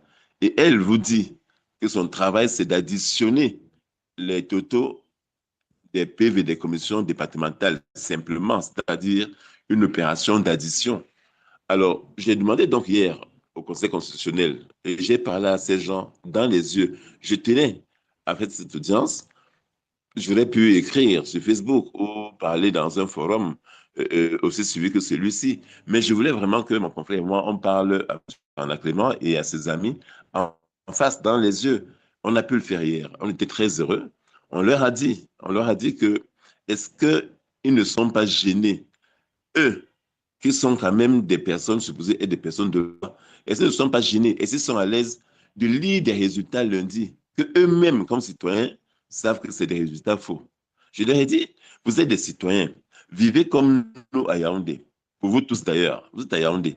Et vous avez suivi dimanche le 12 octobre la clameur qui est montée de la ville de Yaoundé, la clameur de joie parce que Chirom avait gagné partout à Yaoundé. Je dis bien partout à Yaoundé. J'ai fait le tour de la ville, j'ai eu des centaines de coups de fil à Yaoundé ce jour-là.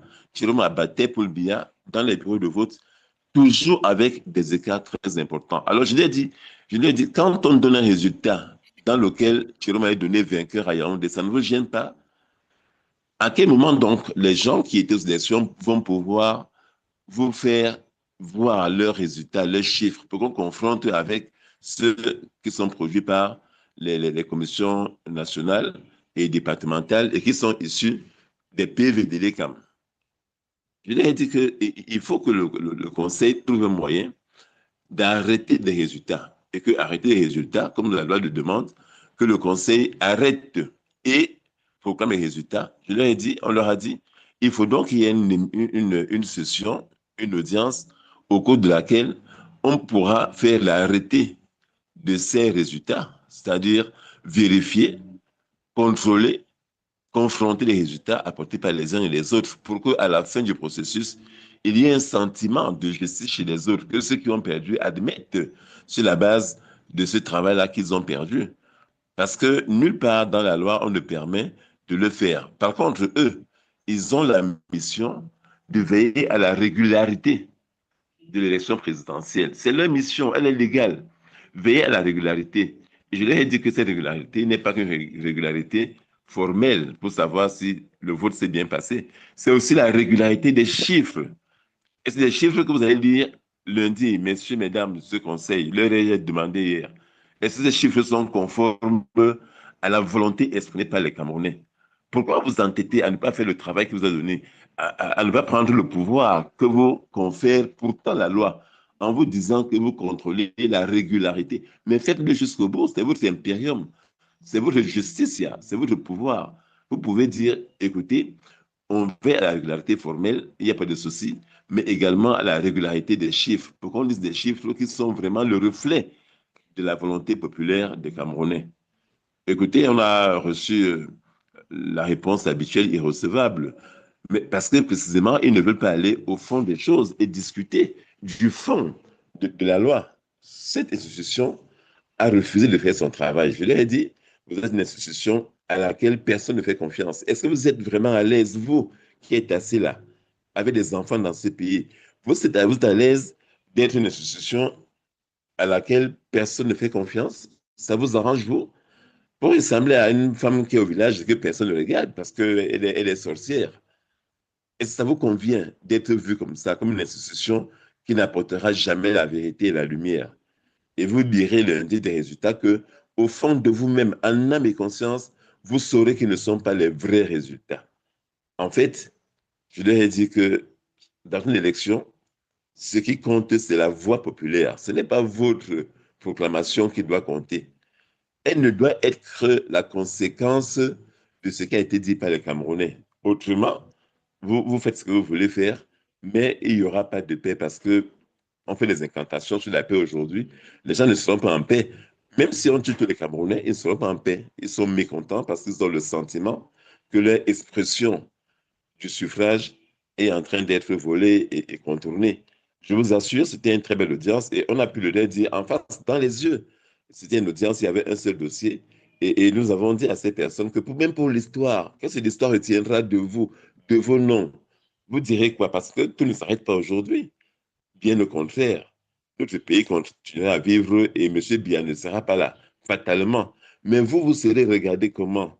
Quelle est la place que l'histoire de ce pays vous réserve? C'était une interpellation très forte que je leur faisais hier. Et j'explique tout ça pour vous dire pourquoi j'ai pris sur moi, avec mon confrère, de faire une procédure que je savais perdue d'avance. Mais il me semble que le moment où il faut pas que ces gens-là aient l'impression que personne leur a parlé, au moins hier, je voyais l'expression de leur visage, je voyais beaucoup étaient vraiment gênés parce qu'on avait posé là une vraie question. On leur a dit, appelez une audience, d'arrêter les résultats. On peut reporter la proclamation dans 5 jours. Ce n'est pas interdit. Puisque le PV, par exemple, de la commission de Yaoundé est arrivé à la commission nationale avec 1 jour de retard. On a pris ça en compte. Donc, on ne peut pas se limiter à la date du 27 pour dire absolument on doit proclamer. Il faut veiller à ce que ce soit régulier, même s'il faut retarder de quelques jours cette proclamation. Voilà, je voulais le dire à tout le monde et que vous sachiez qu'il y a des gens qui se sont battus jusqu'au bout du bout. C'est ce que j'ai dit hier d'ailleurs à M. Mienzo, qui est le directeur général du Palais des Congrès, qui était là, que nous jouons le tie-break. C'était le tie-break parce que mercredi, il pensait que tout était fini, c'est la dernière audience. Non, je lui ai dit, c'est déjà une victoire pour nous-mêmes que ce conseil ait tenu l'audience de vendredi à 15h. Il n'était pas content de le faire parce qu'il pensait que tout est fini. Et voilà, on était au tie-break, on s'est battu jusqu'au bout du bout pour le faire entendre raison. Et pour que lundi matin, quand ils liront cette décision-là, que nos paroles restent dans leur tête. J'espère qu'ils ont encore cette conscience, que ces paroles fortes qu'on a prononcées hier, qu'ils les aient encore en mémoire et qu'ils comprennent qu'ils iront une décision qui est absolument contraire à la volonté populaire. Voilà l'idée qu'on avait avec ce procès d'hier.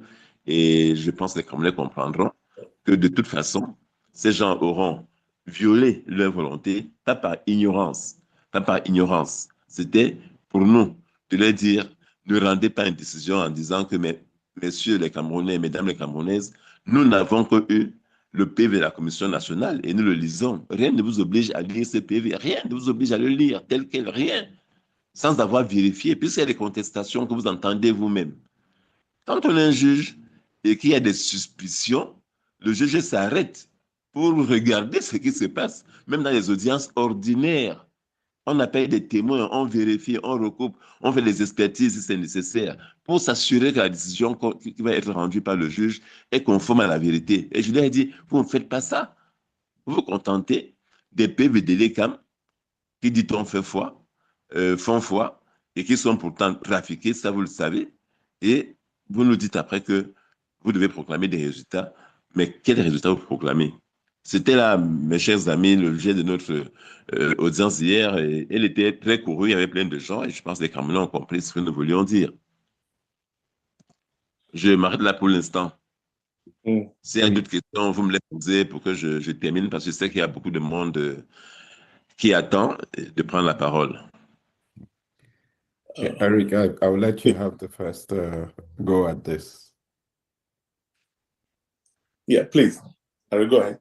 Oh, okay. I was saying that you can go ahead. Oh, okay. No, well, let me, okay, just very quickly that, merci énormément, merci beaucoup, Maître, et vraiment, c'est ce qu'on attendait de toi, et merci. I think I have to say this in English, Maître.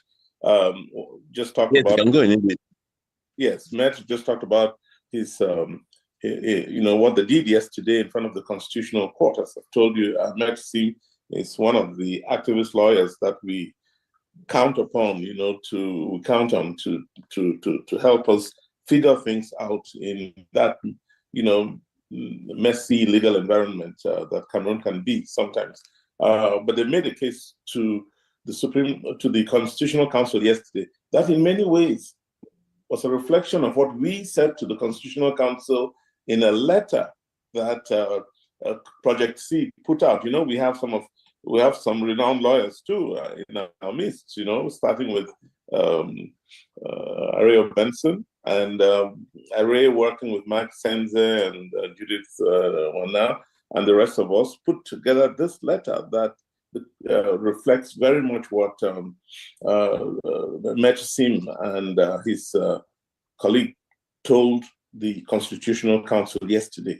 And we had the same objective. Let's put it in their minds. If you haven't read our letter, please find it. And if you have any more questions for Maître Simh, please ask it. Put it on the chat, and we'll make sure the answers are provided. I know that Marie-Roger wants to leave soon because she's, you know, we're lucky to have her. Marie-Roger, there'll be a few questions, I'm sure, which Array will give you. And I want to say that I believe now that Maître Nkom, Alice Nkom is with us. So, Array, why don't you just, you know, take it from here? Yes, thank you very much, Eric. And thank you, Maître Simh, for that. For sharing with us what happened at the court. Before I go on to Maître Alice Nkom, let me just thank Marie-Roger Biloa for being with us. Your contributions has been significant. I hope that we will continue to engage with you, especially as we're on this international offensive, working with the international media and various governments to shine the light on what's happening in Cameroon. So thank you for being with us today. And to Maître Simh, there is a question just before I go on to Maître Alice Nkom. There's a question which came in the chat room which says, asking what the Constitutional Council offered as a response to the requête that you filed. Quelle est la raison que le Conseil constitutionnel a donné pour quelle base légale est-ce qu'ils ont donné pour l'irrecevabilité de la requête que vous avez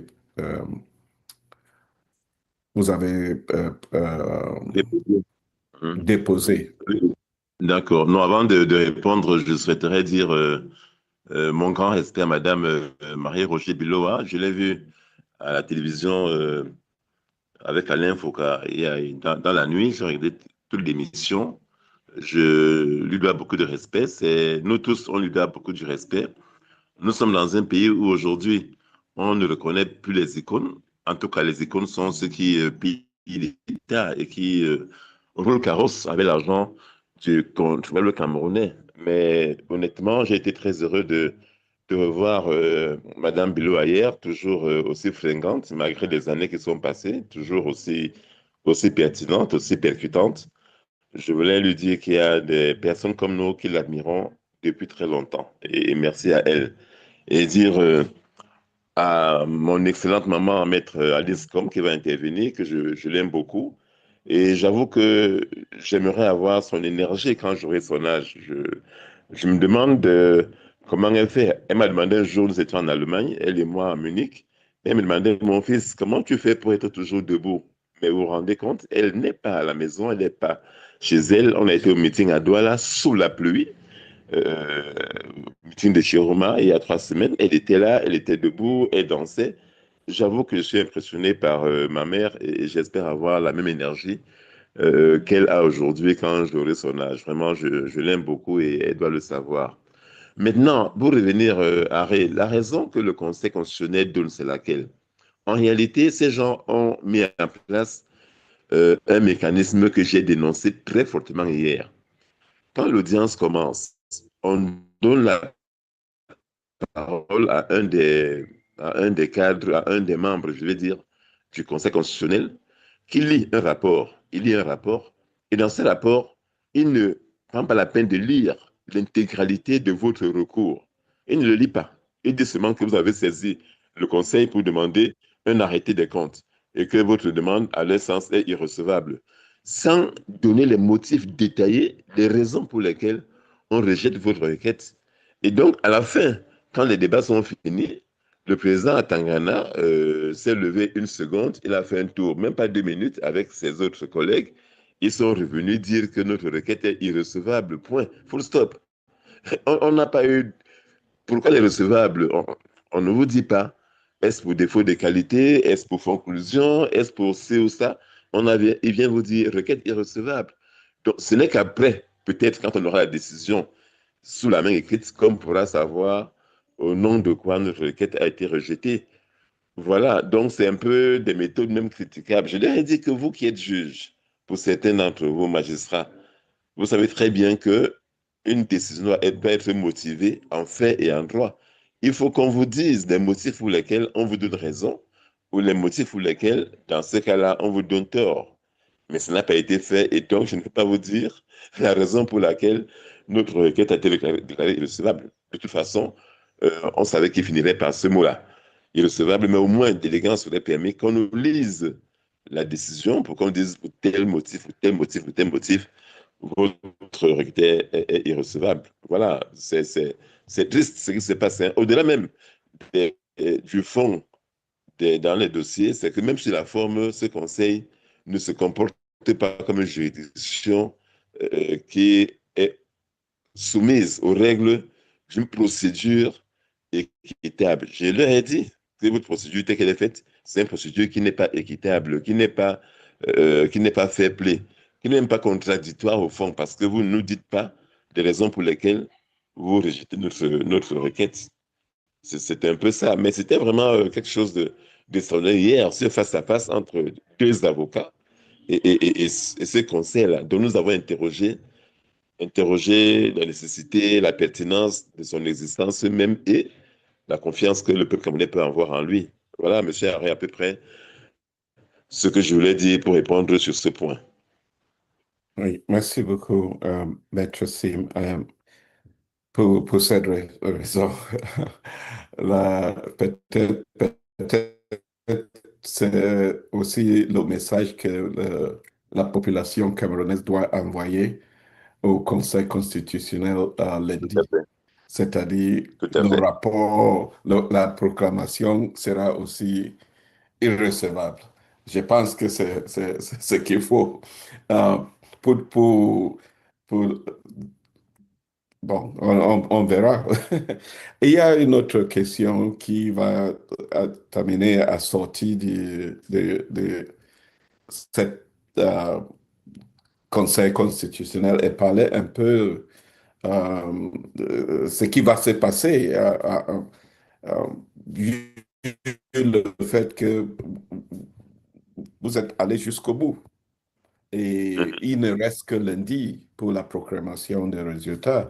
Tout le monde sait bien que le président élu, Issa Chiroma, a déjà lancé un mot d'ordre pour une manifestation demain. Donc, il y a une question qui vient qui demande quel est le sentiment, qu'est-ce que vous croyez va se passer. Est-ce qu'il y a la probabilité des Camerounais à revendiquer le vote volé, une question qui vient de Bill. Oui. Écoutez, moi je pense que nous sommes là en train, les Camerounais doivent avoir conscience, mon cher frère Harry, ils doivent avoir conscience que nous sommes en train de vivre un coup d'État. Nous sommes en train de vivre un vrai coup d'État civil et militaire au Cameroun. C'est un coup d'État civil parce que on veut prendre le pouvoir. L'armée veut aider M. Paul Biya à se maintenir au pouvoir en sortant dans la route pour arrêter les gens, pour tabasser les Camerounais. L'armée sera complice de ce coup d'État. Parce qu'il y a un président qui a été clairement élu, c'est M. Issa Chiroma Bakary, très clairement élu. J'ai été en campagne avec M. Chiroma. Je vous assure, partout où nous sommes passés, partout où nous sommes allés, il y avait des foules extraordinaires. Et ce n'est pas, on me dit que les foules ne votent pas, c'est vrai, mais c'est ces foules-là qui donnent la température du peuple camerounais à un moment donné. Et je pense que cette température de ce peuple a été prise de manière concrète le 12 octobre par ce vote massif, parce que nous disions pendant les meetings qu'il faut qu'il y ait un écart tel qu'il n'y a pas moyen de contester. Et cet écart, je pense qu'il est abyssal. Le président Chiroma, avec qui j'ai parlé il y a 2-3 jours au téléphone longuement, et que je salue, Monsieur le Président, toutes mes félicitations, je lui réitère d'ailleurs, il a eu un écart tel qu'il n'y a pas de contestation possible. Donc nous sommes en face d'un coup d'État civil, institutionnel, que M. Biya et ses amis sont en train de monter devant les Camerounais. C'est un hold-up de notre volonté. Maintenant, il faut aussi, quand j'ai dit ça, qu'ils ont pris conscience, qu'ils sachent que nous autres, on a fait ce qu'on devait faire en tant qu'homme politique, c'est-à-dire accompagner M. Chiroma dans ses meetings, appeler à voter, mobiliser les gens dans nos familles et partout. Ça, on l'a fait comme homme politique. Comme avocat, là encore, je pense qu'on est allé jusqu'au bout du bout comme avocat et on a fait vraiment ce qu'on devait faire pour essayer d'apporter le changement dans notre pays. Maintenant, c'est au peuple de prendre son destin en main. Et il faut que le peuple camerounais le sache. Moi, je ne les supplie pas, les Camerounais. Et il faut qu'ils prennent conscience eux-mêmes. Et qu'on se parle, je les parle maintenant dans les yeux, comme je parlais hier à M. Tanda Clément. Chez Camerounais, c'est votre voix qu'on est en train de voler. Ce n'est pas seulement la mienne. Parce que ma voix ne compte qu'une voix comme la vôtre, c'est vrai, mais collectivement, il faut savoir qu'on est en train de nous spolier d'un bien précieux qu'on a arraché, un bien précieux que j'appelle le changement. C'est aux Camerounais d'essayer de suivre les mots d'ordre qui seront donnés. Moi, personnellement, je ne suis pas trop dans l'opérationnel. Je ne sais pas trop le faire. Je fais toujours ce que moi je sais faire. Par exemple, s'il y a des gens qui sont arrêtés, j'irai les défendre, j'irai assister pour m'assurer que les choses se passent bien. Donc, moi, je ne suis pas très opérationnel, je dois l'avouer, mais je dis aux Camerounais, c'est maintenant, c'est à vous de jouer. It's time to you to play.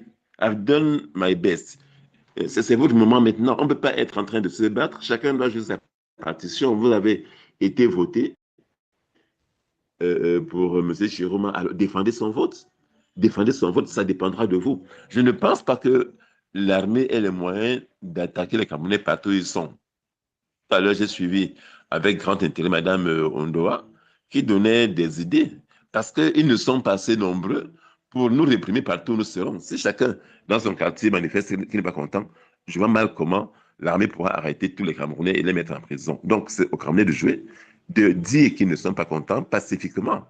Et je rappelle toujours à nos gens qui nous gouvernent et qui aiment la violence que lorsque M. Fayoulou avait été élu au Congo il y a quelques années et que la victoire lui a été arrachée de manière comme Biya fait aujourd'hui, la différence c'est qu'au Zaïre, on a laissé Fayoulou faire les manifestations. Elles étaient autorisées, elles étaient pacifiques. On n'avait arrêté personne pendant les contestations élevées par M. Fayoulou. Les gens à Kinshasa étaient dans la rue, ont protesté. Bon, finalement, il n'a pas eu gain de cause, mais au moins, l'armée et la police n'avaient ni blessé ni arrêté aucun Congolais parce qu'ils manifestaient pacifiquement. Et il faut peut-être aussi interpeller les forces de l'ordre. Et ces gens-là qui menacent de tuer les Camerounais, qu'ils auront une responsabilité pénale. Ils l'auront, peut-être pas au Cameroun, mais il y a des institutions aujourd'hui dans le monde qui permettent de poursuivre les personnes qui se sont rendues auteurs de ce genre d'exactions sur les citoyens, alors que ceux-ci manifestaient pacifiquement. Il ne faut pas qu'ils pensent qu'ils ne risquent rien. Non, ils risquent gros. Ceux qui vont prendre des armes et les mettre contre les citoyens, des armes qui sont plutôt appelées à les protéger, parce qu'il faut savoir que c'est nos armes, c'est nous qui achetons nos armes pour notre pays, avec nos impôts, pour que ces armes nous protègent. Ce n'est pas le contraire. Si elles sont retournées contre nous, eh bien, nous devrons demander à ces gens de rendre compte ailleurs de cette violation de la destination des armes qui sont mises à leur disposition. Et je pense qu'il faut interpeller tous ces militaires également, d'autres l'ont dit, tous ces policiers qui sont dans nos familles. L'exemple malgache est là pour leur dire, ne tirez pas sur vos frères et sœurs. Vous-même avez voté, il y a des bureaux de vote, M. Haré, mon cher frère, où des militaires ont voté majoritairement pour M. Chiroma. Donc, eux-mêmes ont besoin de changement. Ils ne peuvent pas avoir voté pour Chiroma et tirer sur des gens qui ont voté Chiroma comme eux. Voilà, donc je pense qu'il faut faire cette interpellation au peuple camerounais. Vous qui essayez de travailler, je vous félicite pour le travail que vous faites de mobilisation et tout le reste, pour que les Camerounais sentent quand même que lundi, on est très mécontents de ce qui se passe. Voilà ce que moi je peux dire. Et en tout cas, je serai toujours là pour apporter ma contribution pour que notre volonté commune soit respectée dans le domaine qui est le mien, dans les compétences qui sont les miennes. Thank you very much, Maître Simh, for this contribution that you've made, and you've been very clear that the responsibility really lies on Cameroonians. Cameroonians that voted for Issa Chiroma, who must continue to protect and defend the vote that they made for Issa Chiroma. And so we encourage people to just as was suggested by Professor Ondoa, that people should go out to defend their vote tomorrow. And I'm sure that this is going to continue into Monday, because if the results that are proclaimed are not favorable, which we all know will not be, then it will continue to people, the frustrations that people have will continue to be manifested. We're asking that people do this in a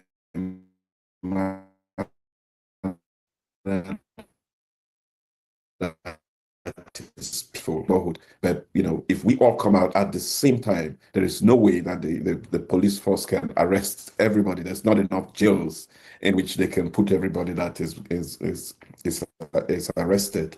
Eventually, obviously, there will be people that will be arrested, but we will be here. We will be here to support those people that are arrested, that will be arrested. Then there is also this notion that the military, they are citizens as well.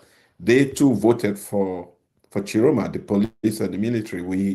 We have seen polling stations in which the majority vote there went for Chiroma. So why would the military use taxpayers' money to shoot on civilians who voted for the same person, like they in the military? Everybody will be held accountable, whether it is today or in the future. Everybody will be held accountable for the unlawful acts that they commit today.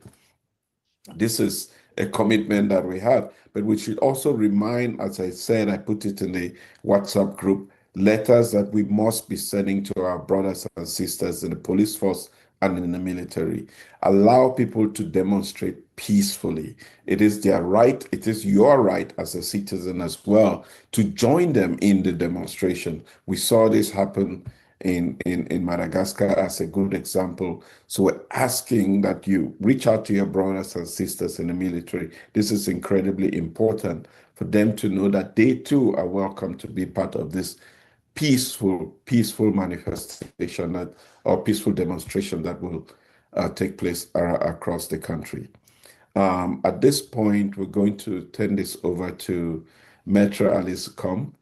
Nkom was here, I think, with us last weekend, and she did say something that was incredibly important, that the office of the people is the streets. And that if the outcome of these elections was not favorable to the will of the people, then the people must take their responsibility in their hands and go to their office. So at this point, I would turn this over to Maître Alice Nkom, that we all have a significant respect for and are deeply honored to be here. Eric, did you want to jump in just before she came in? No. I was going to just, you did everything. I mean, I just loved what Maître Simh said, and I thought we should, try bring out the essence of what he said, and you did beautifully. I just want to remind everyone to look out for the letters that have been put out, because they kind of capture and reflect all of this. That's one. We've put out letters to the Constitutional Council, I said. We've put out a letter to the President of the Republic, which will be published tomorrow. We've put out a letter to all the Anglophone elite, the Anglophone leaders, to help, asking them to explain to us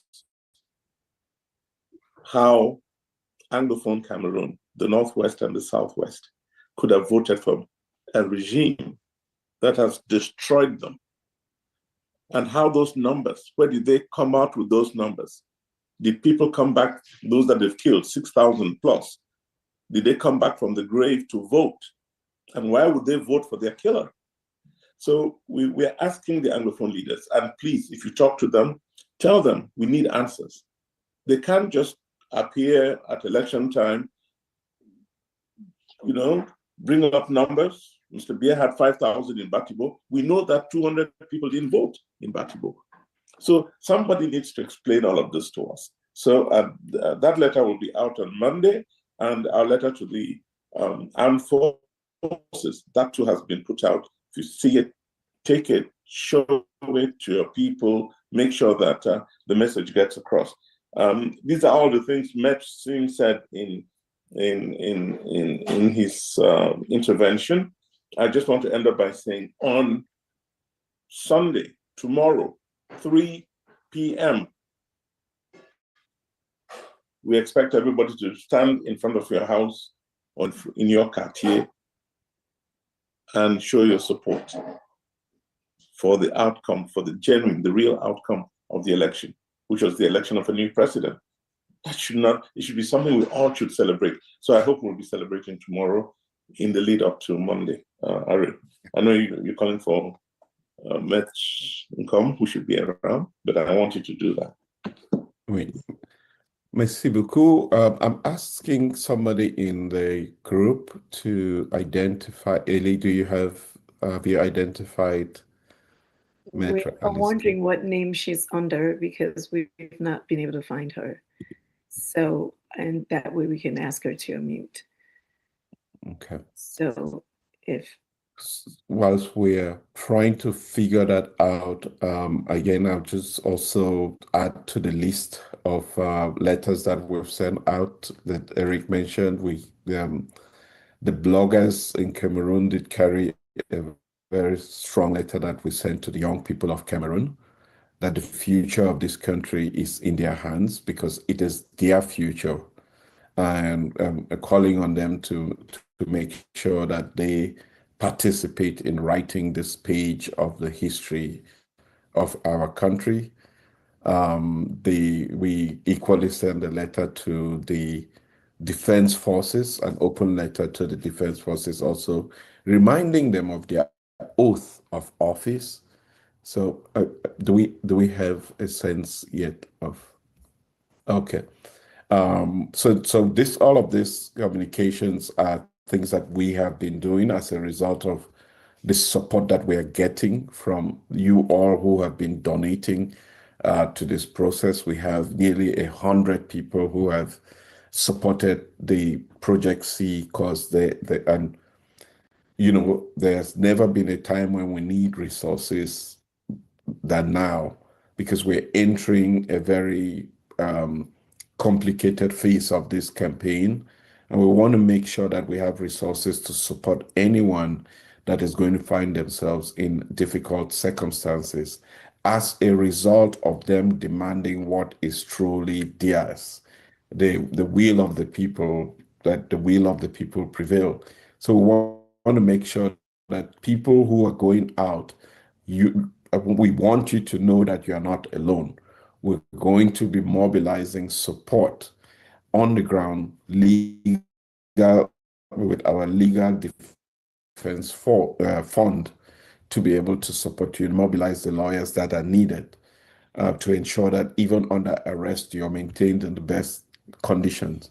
I also want to say that it is part of the process. We should be reminded that the reason we have a country today is because young people 65 years ago gave their blood and sweat to get independence from a colonial authority. It is no different from what we are facing today, that after 43 years of this same regime, we are essentially fighting for the liberation of Cameroon. It is in everyone's interest that we're struggling. So tomorrow, in the United States, I've already seen some flyers asking for people to mobilize in Washington, D.C. So if you're in the DMV area, it's going to be 9 a.m. tomorrow morning. Plan accordingly to show up, and let's have the images all over. If you're in all major cities in the United States, in London, in Paris, in Frankfurt, wherever, in Munich, wherever you are, we should see a mobilization of Cameroonians.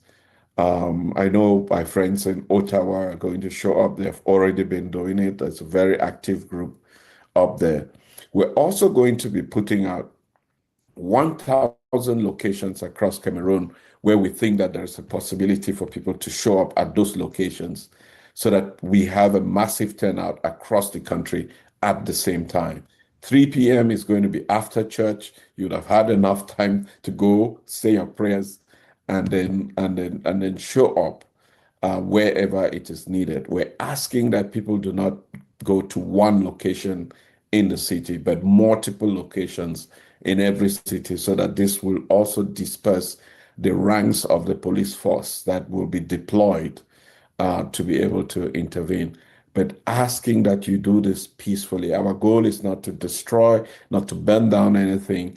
The only goal here is to send a strong message to the regime that the only thing that we expect on Monday is a proclamation that is representative of the will of the people. I'm going to stop here and see whether there are any questions, or I had seen somebody raise their hand earlier. I think that was Rosemary, but I see Judith. Judith, did you want to say something? Oh. Nope, sorry. Okay. Yeah. We could just go on, on fundraising in particular, because we're working to get Maître Analyst come in. Just due to the security blocks that we had, it just made it slightly challenging. So just give it a few minutes and, we'll be able to solve that. Thank you. Yes, thank you very much. I see the activists already posting some things. We're going to have several flyers that are going to be going up with reference to demonstrations tomorrow. Please, for those of you in the general forum, share them. They're also, and I may even ask that as we're on the call, we're going to also have some flyers for a strong appeal for the liberation of those who have been arrested. I think I already saw the flyers are ready. They can be posted in the group, and we're asking everybody to put them use them on social media. There's the hashtag Stop the Fraud 237 that we ask you to continue using. But we have to have a synergy of action at all levels, because that's the only way that we show have a strong show of force. With reference to the Monday, we don't know what would happen on Monday, because we have to go past Sunday. But we know that definitely tomorrow, Sunday, if people come out as they should and will, there's definitely going to be numerous people arrested. But if it's all over the country at the same time, it really makes it difficult for the regime or for the military, or that will be stretched too thin to be able to arrest as many people as possible. Okay. So I see a question saying that, is there a list of locations for the diaspora? Also, is there a general chat group or source of information direction? I would just say that, and I would encourage maybe you, Emmanuel, to join the WhatsApp group, the general forum of the WhatsApp group, of the Project C WhatsApp group. And maybe you can pick up, we'll be sharing information there as time goes on. We don't have locations yet in the diaspora because this just came up. But we're asking people to organize themselves in various cities across the diaspora to be, like I mentioned, we already have coordination that is taking place in the DMV area, in the Washington area. So obviously that's one place to go, but other locations will be shared in the group as time goes on.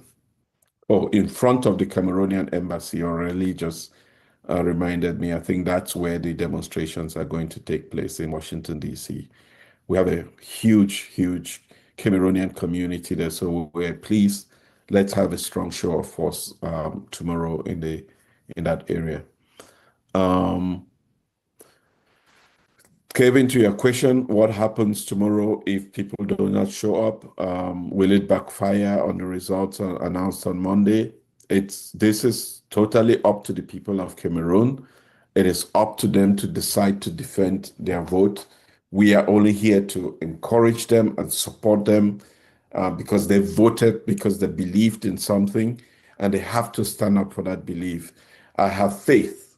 I have faith in the Cameroonian people, based on what I saw on October 12th, based on what I've seen happening in Mora, in Maroua, in Gaoundéré, in Garoua, that the people of Cameroon are no longer the same people that we saw in 2018, that that the composition of our country has changed, and that we're going to see people come out in ways that we cannot imagine all over the country tomorrow. Remember, nobody thought that people would stay at polling stations to count the vote.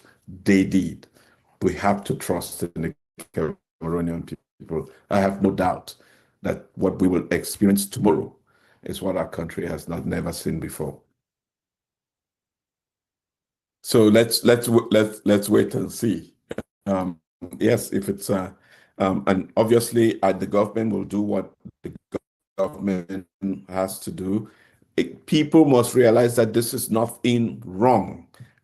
Coming out to do this is not wrong. It is a right. It is even a responsibility that you have. So do not be intimidated by all these government talking points about insurrection, about that's a figment of their own imagination. You, by stepping out, you are defending what is legally and rightfully yours. If you do it alone, it may be challenging, but if you do it with friends and neighbors, if you are in large numbers, it makes it meaningful and even more difficult. Bear in mind, yesterday there was a CPDM march in Douala. There was a CPDM march in Douala. There was no police intervention. So why would there be police stopping people tomorrow from marching because they were asked to by the rightfully president-elect of Cameroon? People must stand up. People must stand up. This is the one time where we all have to wear the jersey of the Indomitable Lions. This is the time when this spotlight is not only on 11 players on the field, but on all of us. And I hope that we take this moment and play for Cameroon. Any other question? Can someone get in contact with Mbwa myself? Eric, I think Vivian Ayafo, you can call her in. We'll unmute her. She says something. Yeah, why don't you go ahead? Tim can unmute her.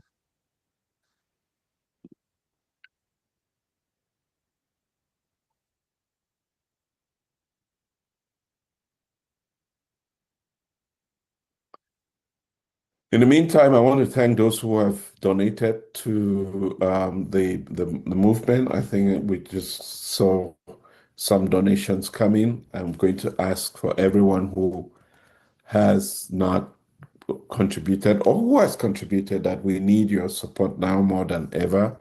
So please make a donation. You can do so even by just going to the website. You can use Zelle if you're in the United States. If you're all over around the world, you can use PayPal.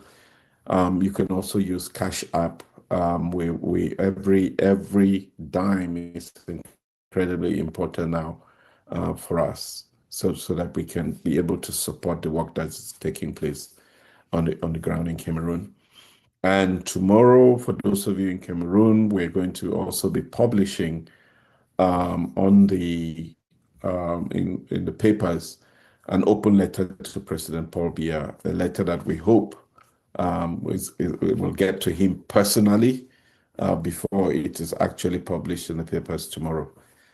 But it's similar to the approach that Maître Simh did speak about, that we want to make sure that we're engaging at every level, right up to the very end, reminding or trying to awaken the consciousness of the people who need to make the right decisions at this time.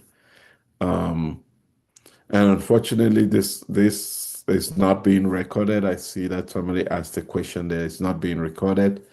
I also see Emmanuel had asked for the link to join the WhatsApp group. Terence, thank you for putting the link in. We've had some. We are also we're on several platforms. So in terms of recording, that definitely is automatically going to record on Facebook and on YouTube. So yeah. Okay. All right. Thank you. Emmanuel says it's impossible to use that link, but there are two groups now. So maybe you have the link of the group that is already full. We'll make sure that you have access to the other one. At this, have we had access yet to? Yes, I just spoke with her, and I think this is her now. Let's see. Oh, the one who says Marcel.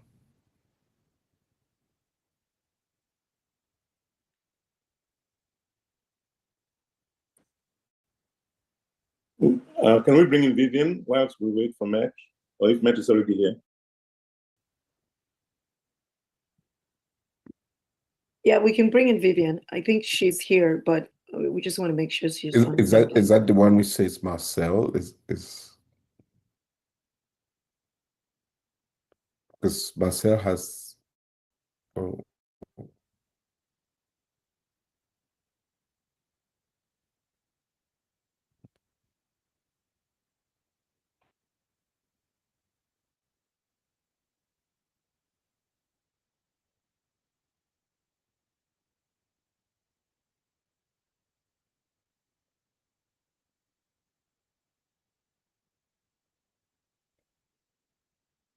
Okay, we are having some challenges. I can also find.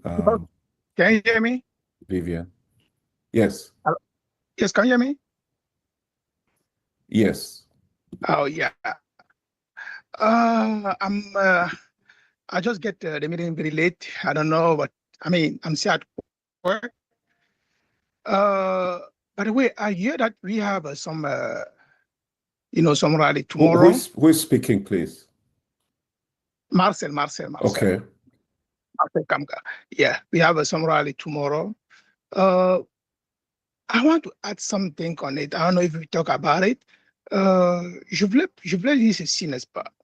Après la proclamation des résultats qui ont lieu peut-être au Conseil, lundi, bon, la marche du dimanche, est-ce que ça pourra impacter uniquement ce jour? Parce que je souhaiterais que, je ne sais pas si nous avons parlé de cela déjà, si vous avez parlé de cela déjà, que même après les proclamations des résultats, si les résultats ne reflètent pas la volonté populaire, qu'est-ce qu'il y a lieu de faire? Parce que si on prend l'exemple comme à Madagascar, au Népal, vous avez vu ce qui s'est passé. Donc, c'est-à-dire que la marche a continué jusqu'à ce que le gouvernement cède. Parce qu'une journée de marche, le dimanche, it's not enough. Vous voyez, vous me suivez un peu. Donc, il va falloir que nous passions à un second plan. Si les résultats ne nous convainquent pas lundi, qu'est-ce qu'il y a lieu de faire? Parce qu'il va falloir déjà que nous abordons déjà ce sujet, puisque nous n'allons pas attendre une semaine après pour être en réunion pour trouver des solutions. Donc, je pense que nous pouvons prendre des résolutions à ce moment. Si les résultats ne nous convainquent pas, qu'est-ce qu'il y a lieu de faire? What's the next step to take? Okay. Parce qu'il faut juste une pression sur ce gouvernement-là pour qu'il cède. Et aussi, j'aimerais ajouter, si après les résultats, si même partout dans le monde, c'est-à-dire que nous essayons d'impacter ça partout dans le monde dans nos ambassades. Donc, c'est-à-dire que s'il y a les sit-ins, il doit y avoir les sit-ins dans tous nos ambassades dans le monde. Oui. Oui, après les résultats, ça va impacter déjà, ça va affaiblir même nos forces de l'ordre au Cameroun, parce qu'il y aura ça partout dans le monde. Merci beaucoup, Marcel. That's a good contribution. So Marcel is essentially saying that what happens after the proclamation of the results when it's not in favor of the will of the Cameroonian people, and it's an important aspect that we do not only think about the demonstrations that will happen only on Sunday, but also continue. If we look at the situation in Nepal and Madagascar, that it continues after a while, because that's what would put pressure on the regime for the regime to actually collapse. We're hoping that that's what would happen, that this movement that is going to begin tomorrow, Sunday, doesn't end tomorrow. But I guess there must have been a good reason for it to begin before, so that a strong message is sent to the Constitutional Council. If it's a court of good conscience, they would take that into consideration. But even if they go ahead with the results on Monday, which we strongly believe they will, again, the responsibility still lies in the hands of the Cameroonian people. I joke with, I may say this as a joke, but it's really incredibly important for people to plan for a long resistance, meaning that if you can prepare yourself with water, with food, with energy that you need, you be prepared, because this looks like it's going to need for us to stay the course, to be united on purpose, knowing that the only purpose that we have at this moment is that the will of the people be respected. So we encourage people, and yes, Marcel, that's a good point. There will be plans to continue the mobilization of Cameroonians so that they defend and protect the vote that they cast on October 12th. Are we good now with Maître Nkom or with Vivian? Yes, Alice, she's on. Maître is on, please. Maître is on. Yeah. Which some Maître Nkom? Bonsoir tout le monde. Yeah. Bonsoir. Oui, Yeah. oui. Ok. Je prends un peu le train en marche là, mais je suis contente d'être là. Alors, Merci beaucoup. Voilà. Alors quels sont vos sentiments? On a du monde, que ce soit sur cette Zoom ou bien sur YouTube et différentes plateformes. On a des milliers de gens qui vous écoutent à ce moment. Et je pense qu'il y a des messages à partager avec tout le monde, vos sentiments. Mais qu'est-ce qu'il faut? Qu'est-ce qu'on attend des Camerounais à ce moment crucial pour notre pays? Merci de me donner la parole. Tout le monde sait que lundi, on va proclamer des résultats qui ne correspondent pas à la volonté du peuple telle que exprimée dans les urnes.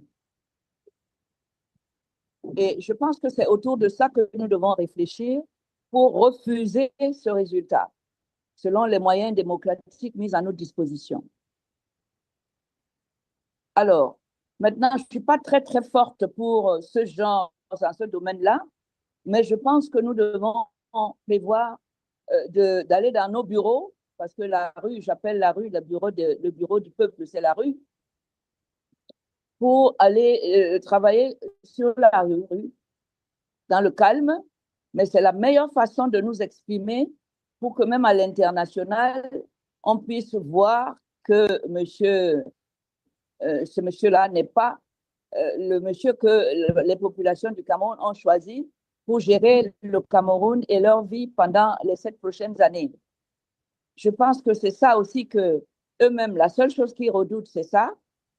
Et si nous le faisons de manière à durer au bureau, je crois que nous pouvons avoir les résultats que nous voulons, à savoir l'empêcher d'occuper un poste qui n'est plus le sien et qui a été attribué à quelqu'un d'autre qui s'appelle Issa Turoma.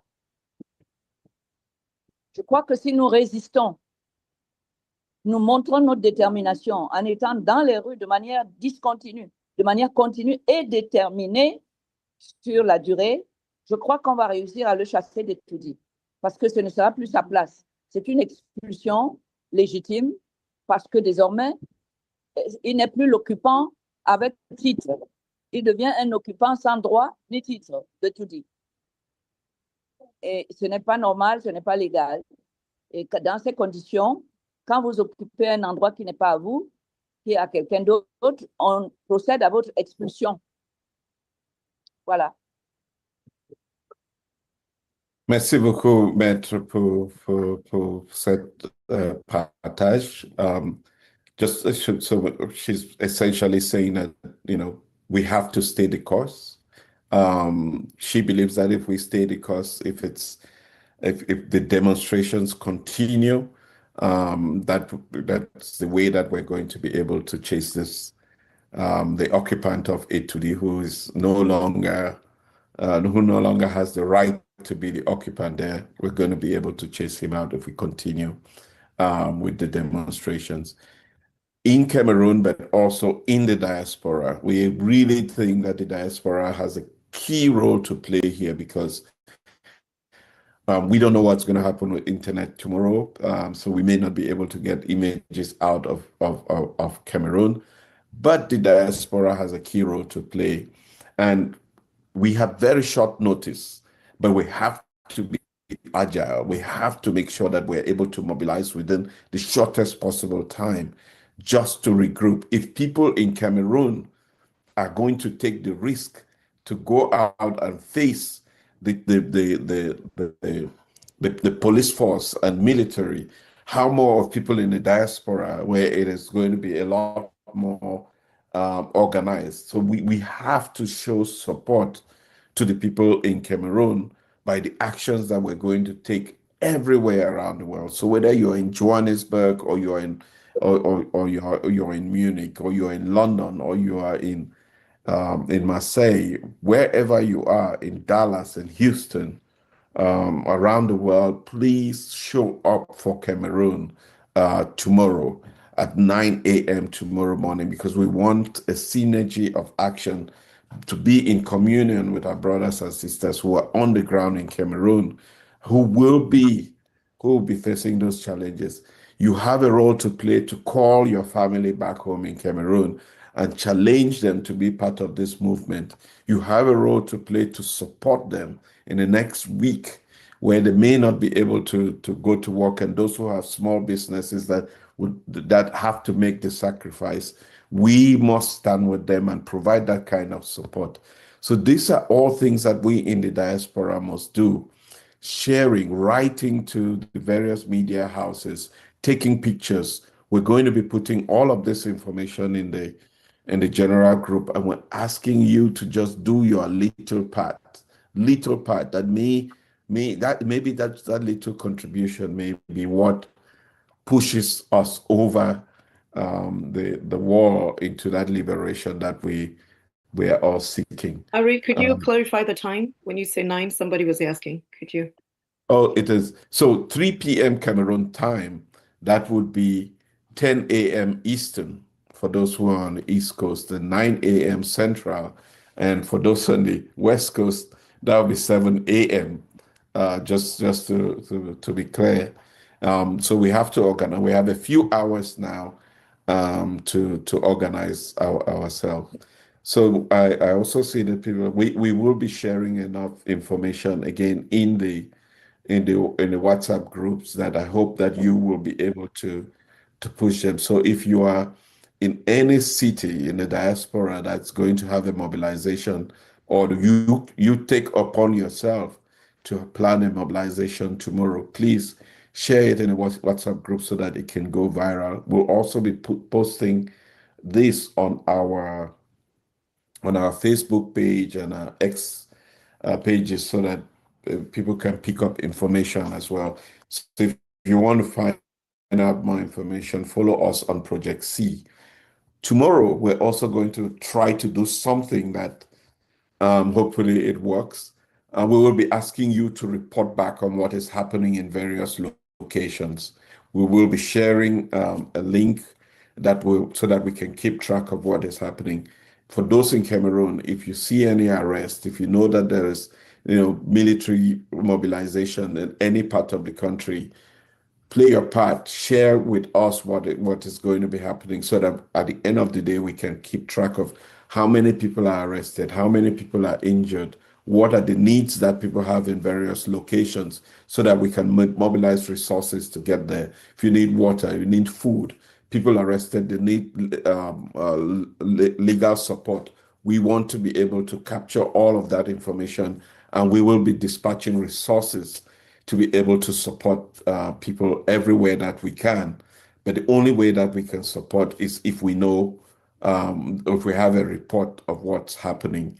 So those of you in the general group and in Cameroon, we're asking you to be sharing that information with us tomorrow. And we will try to be as agile as possible in providing a rapid response to wherever there is a need. We all have to play our part in this process. Right. And I think just reminding that we do have, if we can have the pictures of anyone who is arrested, if they're not known, and the names of those, because we're collecting those and we're publishing all of that out in the public with pictures, so that we all know, and nothing is done in hiding. We all know all those who are locked up and who they, what they look like, and keep tabs, so we know exactly the crimes that the regime is committing. Yeah, thanks. I just wanted to go back to Maître Nkom to talk about REDAC, which is one of the legal, which is one of the organizations that she works with to help with the legal arrangement on the ground. And one of the whatever funds we're raising will also support partially, what she's doing. So maybe Maître wants to talk about that, and then there's Vivian who wanted to say something, which we'll bring them to. Oui, merci beaucoup, Eric, de mettre notre problème du REDAC sur la table. Effectivement, le REDAC, c'est une association panafricaine qui couvre 8 pays de l'Afrique centrale et qui se bat pour défendre les défenseurs des droits de l'homme. Eh bien, cette organisation qui a plus de 10 ans d'existence, qui marche très bien, qui est très reconnue partout, nous avons eu pas mal de décorations, de reconnaissances nationale et internationale, interafricaine, a été abusivement scellée, fermée en décembre 2024. Nous sommes arrivés un lundi matin du travail, sans aucun avertissement, sans aucune mise en demeure, ni rien du tout. Nous nous sommes retrouvés devant nos portes, fermées et scellées, et ce, par le ministre de l'administration territoriale, M. Atangandi. Jusqu'à maintenant, nous n'avons pas voulu faire des choses comme moi j'avais souhaité à l'époque. Je dis, contre une voie de fait, il faut opposer une voie de fait. Moi, j'étais pour que j'aille, j'ouvre tout, j'entre, on s'installe, et puis je vais voir comment ils vont nous sortir. Puisqu'ils n'auront qu'à nous amener au tribunal. Malheureusement, la directrice exécutive avait exigé que nous allions au tribunal, que ce soit le tribunal qui autorise, et bon, OK. Et nous avons donc saisi le tribunal qui a constaté cette voie de fait et qui en a ordonné la main levée. Donc, nous sommes retournés au REDAC récemment pour exécuter cette décision en ouvrant de nouveau le REDAC. Le REDAC doit donc prendre son activité comme avant. Malheureusement, la directrice exécutive se trouve hospitalisée en France, je crois. Et aujourd'hui, je suis la coprésidente du conseil d'administration aux côtés du président de la Commission africaine des droits de l'homme, M. Remingoy Boulou, mais je crois qu'il n'est même plus, je crois qu'il a terminé son mandat. Et voilà, nous avons besoin de vous aujourd'hui pour réouvrir le REDAC, pour remettre le REDAC en marche, parce que c'est une organisation qui comprend 6 pays de l'Afrique centrale. Le Cameroun en a le siège, mais pas la propriété.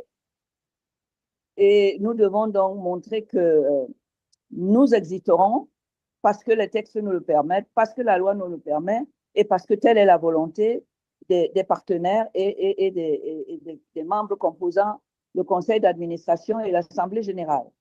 Voilà ce que je voulais vous dire en ce qui concerne le REDAC. Nous y sommes. Nous avons besoin de vous pour reprendre la marche, pour reprendre vie. Et voilà, je pense que je peux compter sur vous. Oui, merci, mais est-ce que dans le cadre de ce qui se passe en ce moment au pays, évidemment, ce n'est pas avec le chapeau de REDAC, du REDAC, n'est-ce pas que vous agissez, mais est-ce qu'il y a un rôle pour cette organisation dans ce qui se passe au Cameroun aujourd'hui, étant donné qu'il y a une dimension droit de l'homme dans l'action du gouvernement, avec ces arrestations, ainsi de suite. Est-ce qu'il y a un rôle? Est-ce que vous allez agir? Oui. Le REDAC est dans son rôle. Parce que les personnes qui sont arrêtées sont d'office des défenseurs des droits de l'homme. Ce sont ceux-là qu'on a arrêtés. Et je pense que nous avons besoin de les assister parce qu'il y a une violation flagrante des droits de l'homme et des textes nationaux et internationaux qui sont à la base de ces arrestations. Et nous ne devons pas nous taire, nous devons essayer de mettre le REDAC en mesure de jouer son rôle de défenseur, de monter au créneau pour réclamer la libération immédiate et sans condition des personnes qui ont été arrêtées illégalement. Nous devons le faire parce que c'est notre rôle, le rôle de REDAC, c'est le rôle d'être la voix des sans-voix, c'est le rôle de dénoncer les violations graves des engagements internationaux que le Cameroun a pris, qui consiste ici à laisser le ministre de l'administration territoriale fermer les associations alors qu'elles existent de par la loi et de par la Constitution et de par les conventions internationales régulièrement signées et ratifiées par le Cameroun. C'est une affaire qui nous concerne tous et je crois que c'est le moment pour moi de vous demander de venir au secours du REDAC en l'absence de la directrice exécutive pour qu'on remette le REDAC dans les activités, d'essayer de voir comment on peut retrouver des fonds pour lui permettre de fonctionner et de jouer son rôle jusqu'au bout. C'est un rôle qui est légal, qui est utile et qui est celui de défenseur de 8 pays de l'Afrique centrale quand même. Hein. Voilà.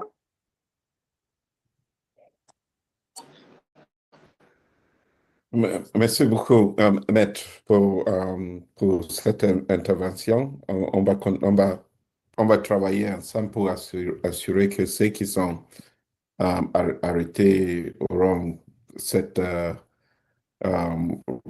on sera à côté de ceux qui sont arrêtés. Yeah. Et bien beaucoup d'autres, parce que au rythme où ils ont commencé hier, on constate que ça va continuer. Ça va continuer. Oui, oui. Et notamment à partir de la semaine prochaine. Parce que la semaine prochaine, c'est la proclamation des résultats de l'élection présidentielle. Et c'est là le nœud du problème, étant donné que le président de la République sait qu'il a perdu cette élection et qu'il veut passer en force. Je ne suis pas sûre que ça va se passer sans anicroche. Je ne suis pas sûre que les populations vont laisser faire et que la personne qui a été choisie et élue par le peuple va laisser son poste être volé comme ça et arraché par quelqu'un qui n'en a plus la légitimité. Okay. Merci beaucoup, Maître. I just let me thank. There's an anonymous donor who has said to us that they would match all donations that come in today. They would match all donations that come in today. So we're asking people to donate. Not, every little contribution will be helpful. $10, $25, $50, $100. All of this will be matched. So if we have $1,000, it's going to be matched by another $1,000, and we would have 2,000 by the end of the day today. If we have 1,500, so it will be matched. So asking you to make your donations, and I will drop in here the ways in which you can donate. At this point, I think we had Vivian who had expressed the intention to speak, and then we'll begin to plan to wrap up, because I think this conversation is going to continue all day. We're going to be on the Mimi Mefo's show that is coming up. We'll continue the conversation. We're also going to make plans to be live tomorrow on Mimi Mefo's program. I just got Mimi into trouble now, so that we will be monitoring what is happening in Cameroon, and we will be giving updates live as we get them from people on the field in Cameroon. So we're going to move on from this platform to the next one, but the conversations will continue. Again, I'm asking people in the general forum, if you have not joined the general forum, please join now, so that we can continue this conversation with you there, and so that we can update you on demonstrations that will be taking place, particularly in the diaspora. But we'll also have some recommendations of places around the country that you all can, for those of you on the ground in Cameroon, can assemble. The strategy is to not go to one location, be in several locations in every village, in every city, in every community. Do this in a manner that is peaceful. Nobody is asking for the destruction of property or loss of life. We want to send a strong message in a manner that is civil, that is peaceful, and that is civilized. So let's do it tomorrow, and let's plan for the long haul. This is not going to be an exercise that we're not going to do this and everything changes. There's no baguette magic. There's no magic wand. It all depends on the resolve of the people, and if we continue to be consistent with our push, with demonstrating that we only want the will of the people to be respected, it will be respected this time. Once we have Vivian, then we'll move on to Vivian, and then we'll have our wrap up. I'm on. Can everyone hear me? Yes, Vivian. Yeah. Yes. All right. Thank you so much.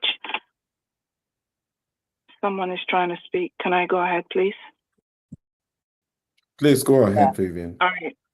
Thank you. I really want to thank the hosts for this meeting today. It's a lot of work. It's been a lot of work. It took us 43 years to recognize that we needed to yank off, I'll call it yank off, this dangerous regime. It will take us time. I just want to reiterate on the need for the people, the Cameroonian people, the people in uppercase. The reason why I come in is because I firmly believe that the Cameroonian people, Cameroonians do not know still the power that the people hold. These words, the people.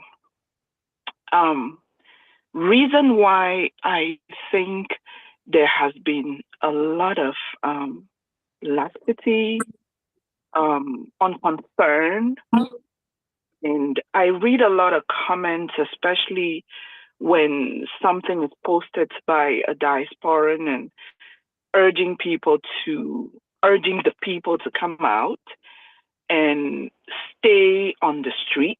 And I respect Maître Nkom a lot, Maître Analyst.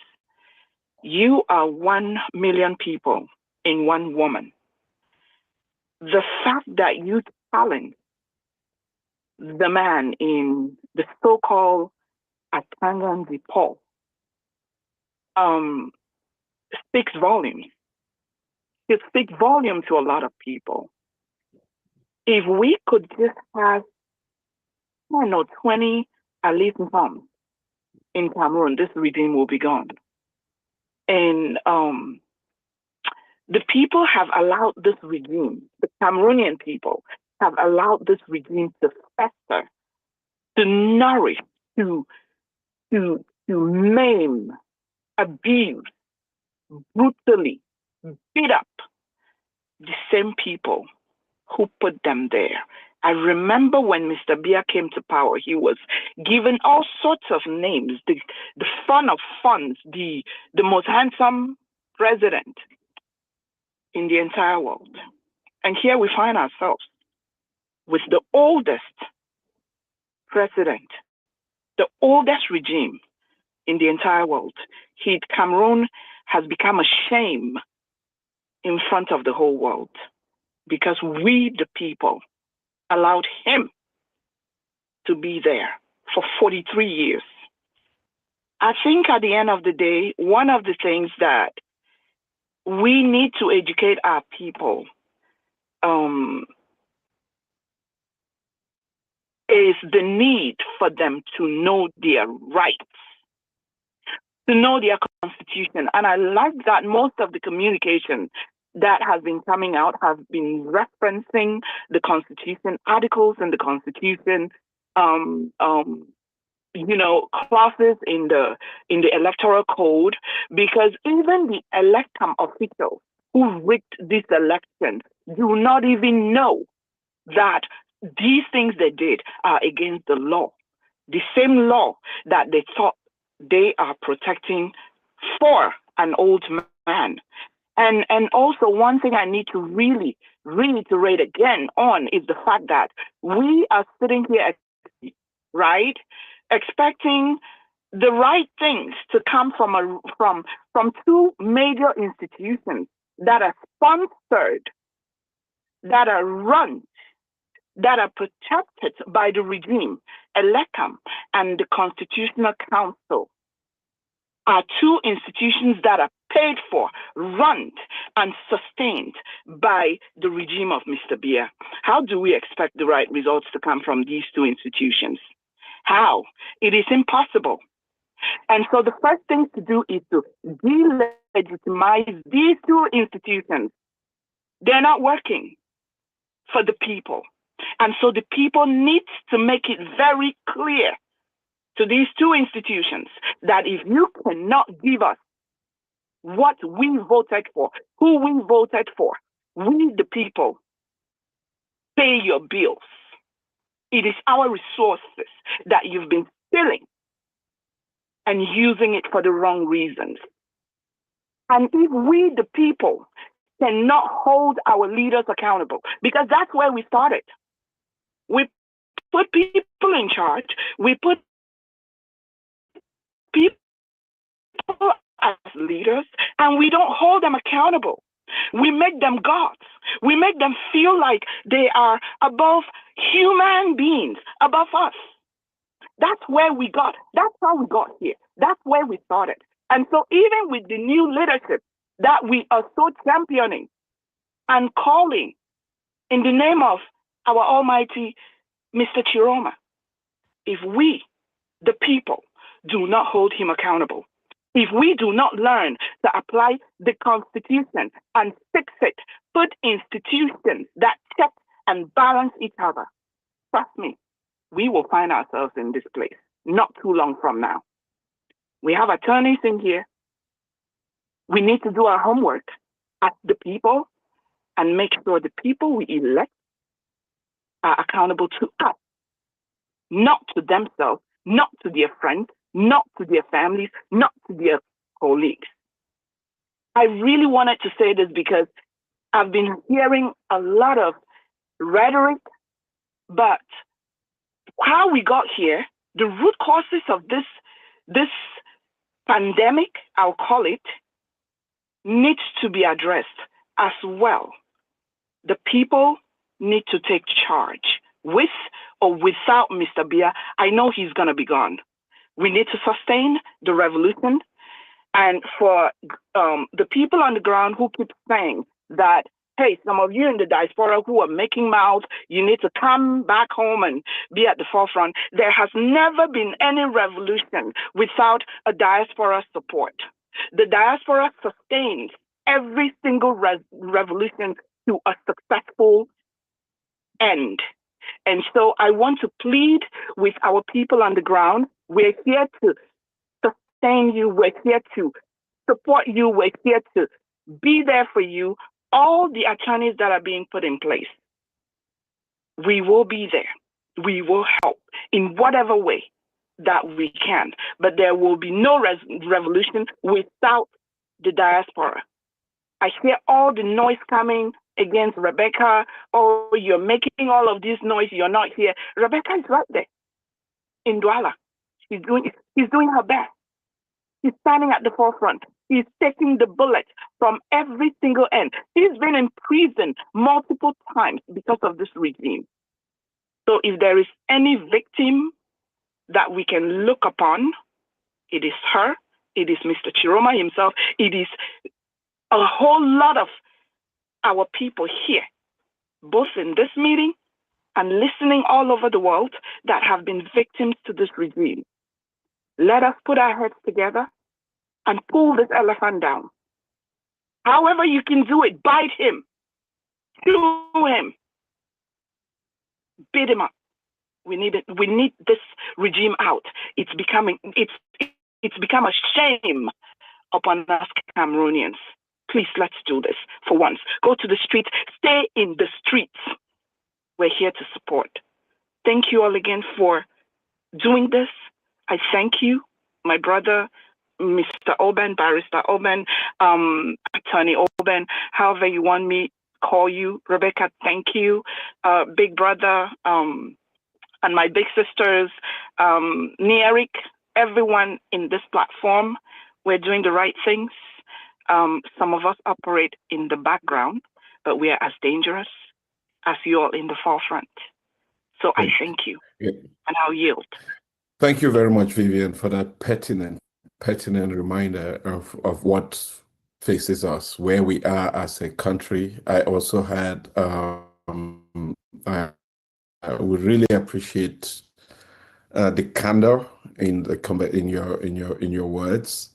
That whatever you said came from a place of love and deep down you. And I hope that people felt it, and I hope that people in Cameroon feel it on the ground, because we count on you and we are here to support you.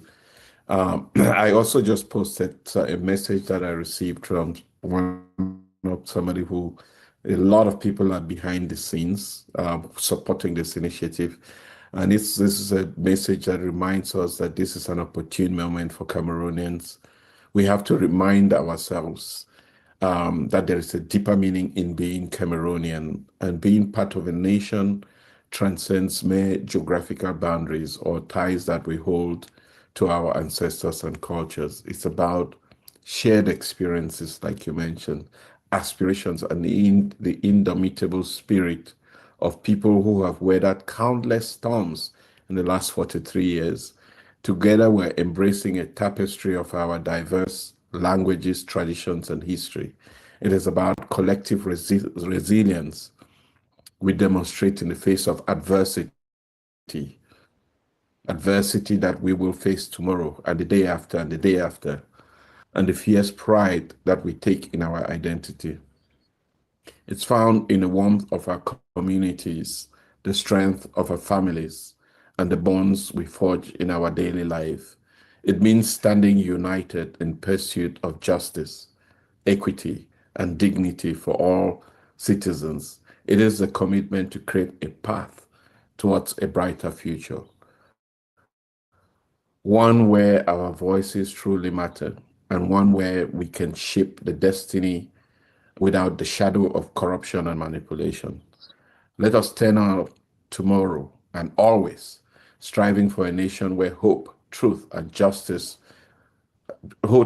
truth, and progress prevail regardless of the challenges we currently face. For this says, I am Cameroon, you are Cameroon, l'union fait la force, ensemble nous vivons, and it is signed MJ.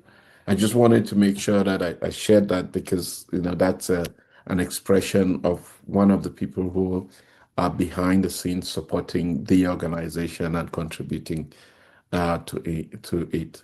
So those are incredible points that we should be reminded of what this is all about. It's about us walking towards a prosperous future for everyone. And I think at this point, we're going to be closing up. Thank you all for being here. Thank you for all the Maîtres and Nkom, Maître, Simh, Rebecca. Thank you for being here and for all you do. Thank you, Marie-Roger Biloa, for being here. To everybody who is working and supporting behind the scenes, thank you. A luta continua. We're going to keep this conversation going in the WhatsApp groups. We'll be sharing information. Stay tuned. Join Mimi Mefo's program that is beginning shortly. The conversation will continue. Tomorrow we'll be providing you live updates on what is happening across the country. We are at several times said crossroads. I think this one we've never been at before, and hope that this one leads us down the path of the prosperity that we all hope for. God bless us. Eric. Yeah, well, thanks. I mean, as usual, Ari always has the right words, so he sees everything, and I find myself trying to avoid repeating them. But again, thanks to everybody. I really, since, a lot of us, there's a lot of work that goes into everything we do, of course, and I think it's always important to mention, to express our gratitude to a number of people. Well, I want to start with Judith. No, sorry, not Judith. Judith. With Vivian, with whom we worked in the lead up to, in the effort to find a consensual candidate. She did an amazing piece of work when we tried to bring Buba Bello and Issa Chiroma together. So Vivian, I want you to know that we were very grateful for the work she did. or what you try to help with. And of course, the members of our team that we must recognize, from Judith, the incomparable Judith Mwana and Michael Senze. Then, of course, there's Dr. Alan Titan, who just amazing, and Herman and Wilson. I can't mention Wilson's full name because Wilson is our eye in the sky, sees everything that happens and knows everything that happens and keeps us informed. And then, of course, there's Herman. I mentioned Herman, I think. Elizabeth, Array, and myself, we're part of an amazing team. And then Mundi from Nkom. For those who know him, please express our gratitude to Mundi. I just want to say this. It's amazing to me that somehow Cameroon can, when Cameroonians come together, they can make the impossible possible. That's why I think they used to say that the impossible is not Cameroonian. L'impossible n'est pas Camerounais. It's something we really have to believe in, and hopefully we'll come back to that realization. And it's one of the reasons we want Mr. Biya to take a quiet leave of, to leave the country quietly and allow new ideas, the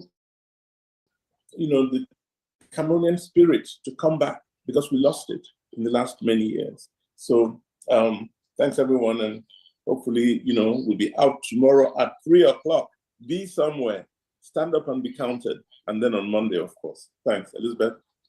Over to you. I fortunately have nothing to say, but to say thank you, and we will be back here on Saturday next week for sure. And I just want us to leave with the emphasis of how much we need money and contribution is what we truly need right now. I mean, if you're just thinking about what you can do, most everybody across the globe, Cameroonians, is we can put money in the basket.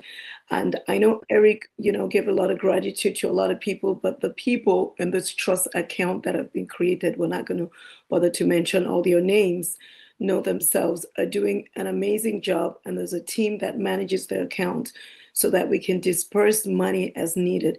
And I think that's the most important thing, is while we are planning to be out, the many other things we can do. The number one thing is that we need money so we can collaborate with Maître, Analyst, the bloggers, the attorneys, the journalists, all the different groups that we need to, in order for us to continue this fight. So that's all I have to say. Thank you so much. Rendez-vous chez Info tout à l'heure. Thanks, everyone. Yes. All right.